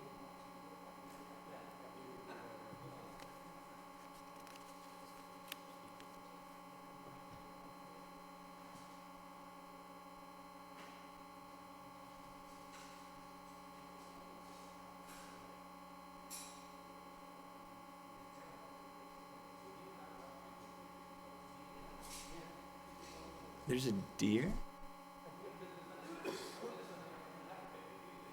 On Rock Street? A deer? How would it get there?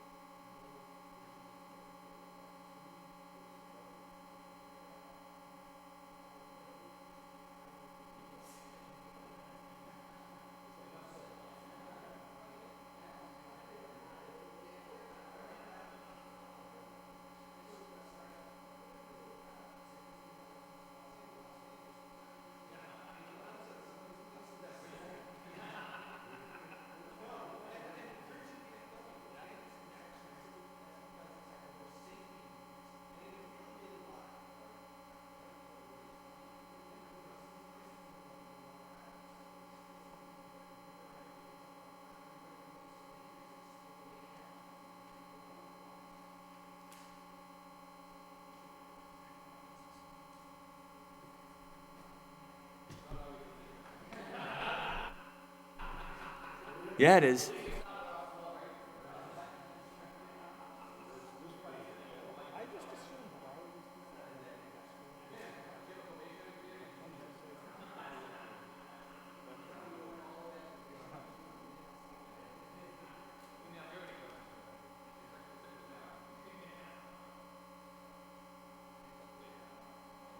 Moving along, we do have the annual meeting of election of officers. I know we can either put it over to when Steve's here. I believe Steve sent out an email the other board members this evening. He had no problem with us going forward. So whatever the wish of the body is, if we want to make the elections tonight, Steve said he didn't have a problem with us doing it in his absence. So we want to make the election this evening. I know regs talk about we do it in September, but I know in the past we did continue to October once when we didn't have a full board.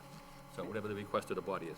I think, although it was, I think, nice of Steve to send communication, I think out of respect for Steve, we'll wait for him. If there was no objection, we'd wait for Steve to be here and have a full membership.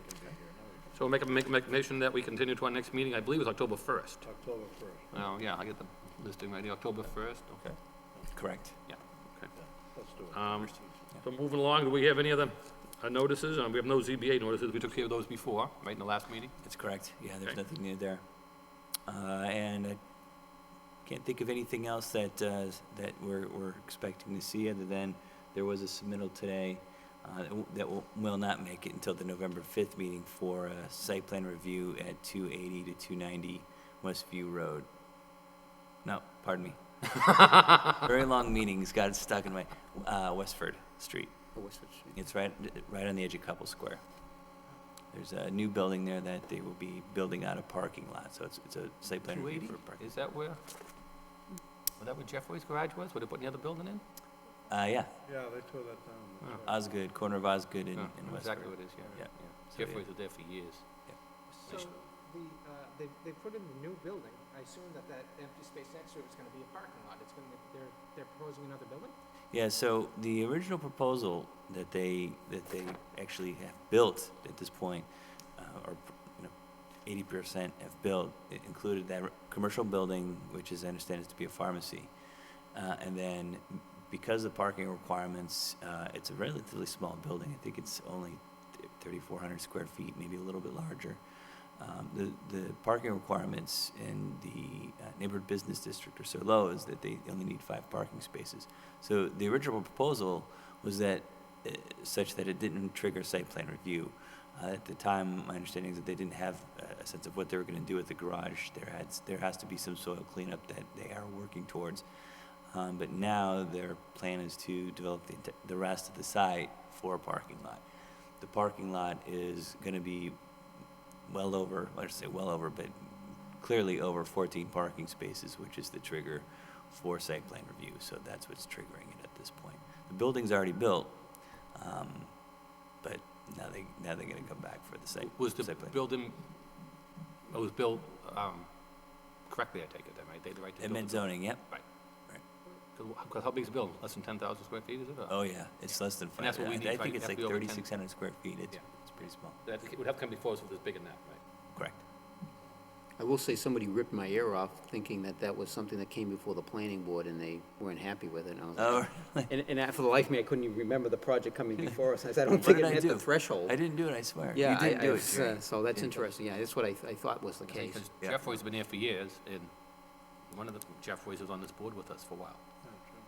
Is that, the parking lot is to service the building they put in, right? Right, but the proposal that they have already built included a 5-space parking lot, which doesn't rise to the trigger of a site plan review. So this new parking lot, or the additional parking lot that is now part of the vision, is closer to something like, I think it's like 20 parking spaces, 18 to 20 parking spaces. That does trigger site plan review, But it only triggers site plan review for the parking lot not for the building. and for the building? Not for the building. The building is a part of the project, so it's, The building's part of the project. it's to be considered as, as much you can consider a building that's already built. But I mean, when you're thinking about access to the site, pedestrian access between parking within the site and then onto and off the site, landscaping and all those other things, you do want to keep into account the building that's already there. It would be just like going through site plan review with the redevelopment of an existing building. So Was that's- all of that, was that coming before us in October? Is that? No, November 5th. Oh, November 5th? Oh, okay. So I know on October 1st, we have Harding Park Road coming back, right? Yep. We still waiting for plans from Mr. Close, or are we gonna get in like during the meeting. We did get a, we did get a plan, one plan today. The city engineer has a copy of a stormwater report and plan. We need to get our copy of that too, to make sure that everything's Because if you can aligned. tell them, the planning board like to see those well in advance if we could. Yes. The sooner the better for our perspective to look them over. Yeah, he assured me we'd be getting I it think we soon. tried to explain that to them last time. It's easier for us the more time we have to look at them to make an educated decision. And like I say, if we use the different sheets, there's nothing wrong with doing more sheets than putting everything on one. I think that was a concern that city departments had as well as board members. It's challenged to read, yeah. I haven't looked at the plan yet. It was maybe later this afternoon. So you don't know if the plan that you got this afternoon shows, includes the street trees that, Yeah. his proposal for his plantings of street trees or not? Oh, well, at some point, I'm certain support some sort of plan that shows his intentions in terms of planting trees. I haven't even looked at the plan yet because I don't have the full package. What we can do is we can scan the plans and get them out to the board. At least you can review those earlier than later. I'd like to see them ahead of time, the sooner the better, especially if we're up in the Yeah. neighborhood, you want to, sometimes you're up there doing something, you want to stop in and double check it. Absolutely, we can do that. And Obviously, then, we go around the city, like if you're going over that part, you're like, all right, take this plan with me. I'm visiting somebody in the area, right. Yep, so we'll scan those, make those available. And then as soon as we get the stormwater calculations and plans, operations and maintenance reports, we'll verify that we have the same thing that the city engineer has, and also make that available in case So do we have anything else interested for in the next meeting, October 1st, besides that coming back? No? elections. There's nothing else that I can think of off the top of my head. We don't have anything else submitted as a kind of pre-application preliminary, so it should be. Any board Very members have any different follow-up from any committees they're on or anything? Jerry, Rich? When you had that one on Rock Street, they said that came before you last time, huh? And they were all in favor of everything? Oh, yeah, no, did a nice job. Jim does it. I mean, when you're looking at that site, you're saying, you could definitely use some improvement. Oh, yeah, Because there was another vacant one next to it, and there was other no, tough they areas, so I really mean, need it's, to give it a jump start. A little bit more landscape. yeah. Okay, so any further comments? If not, we could entertain a motion to adjourn. So moved. Motion's made and Second. all in favor, say aye. Aye. Chair votes yes. We are adjourned. Good night, and thank you, everyone.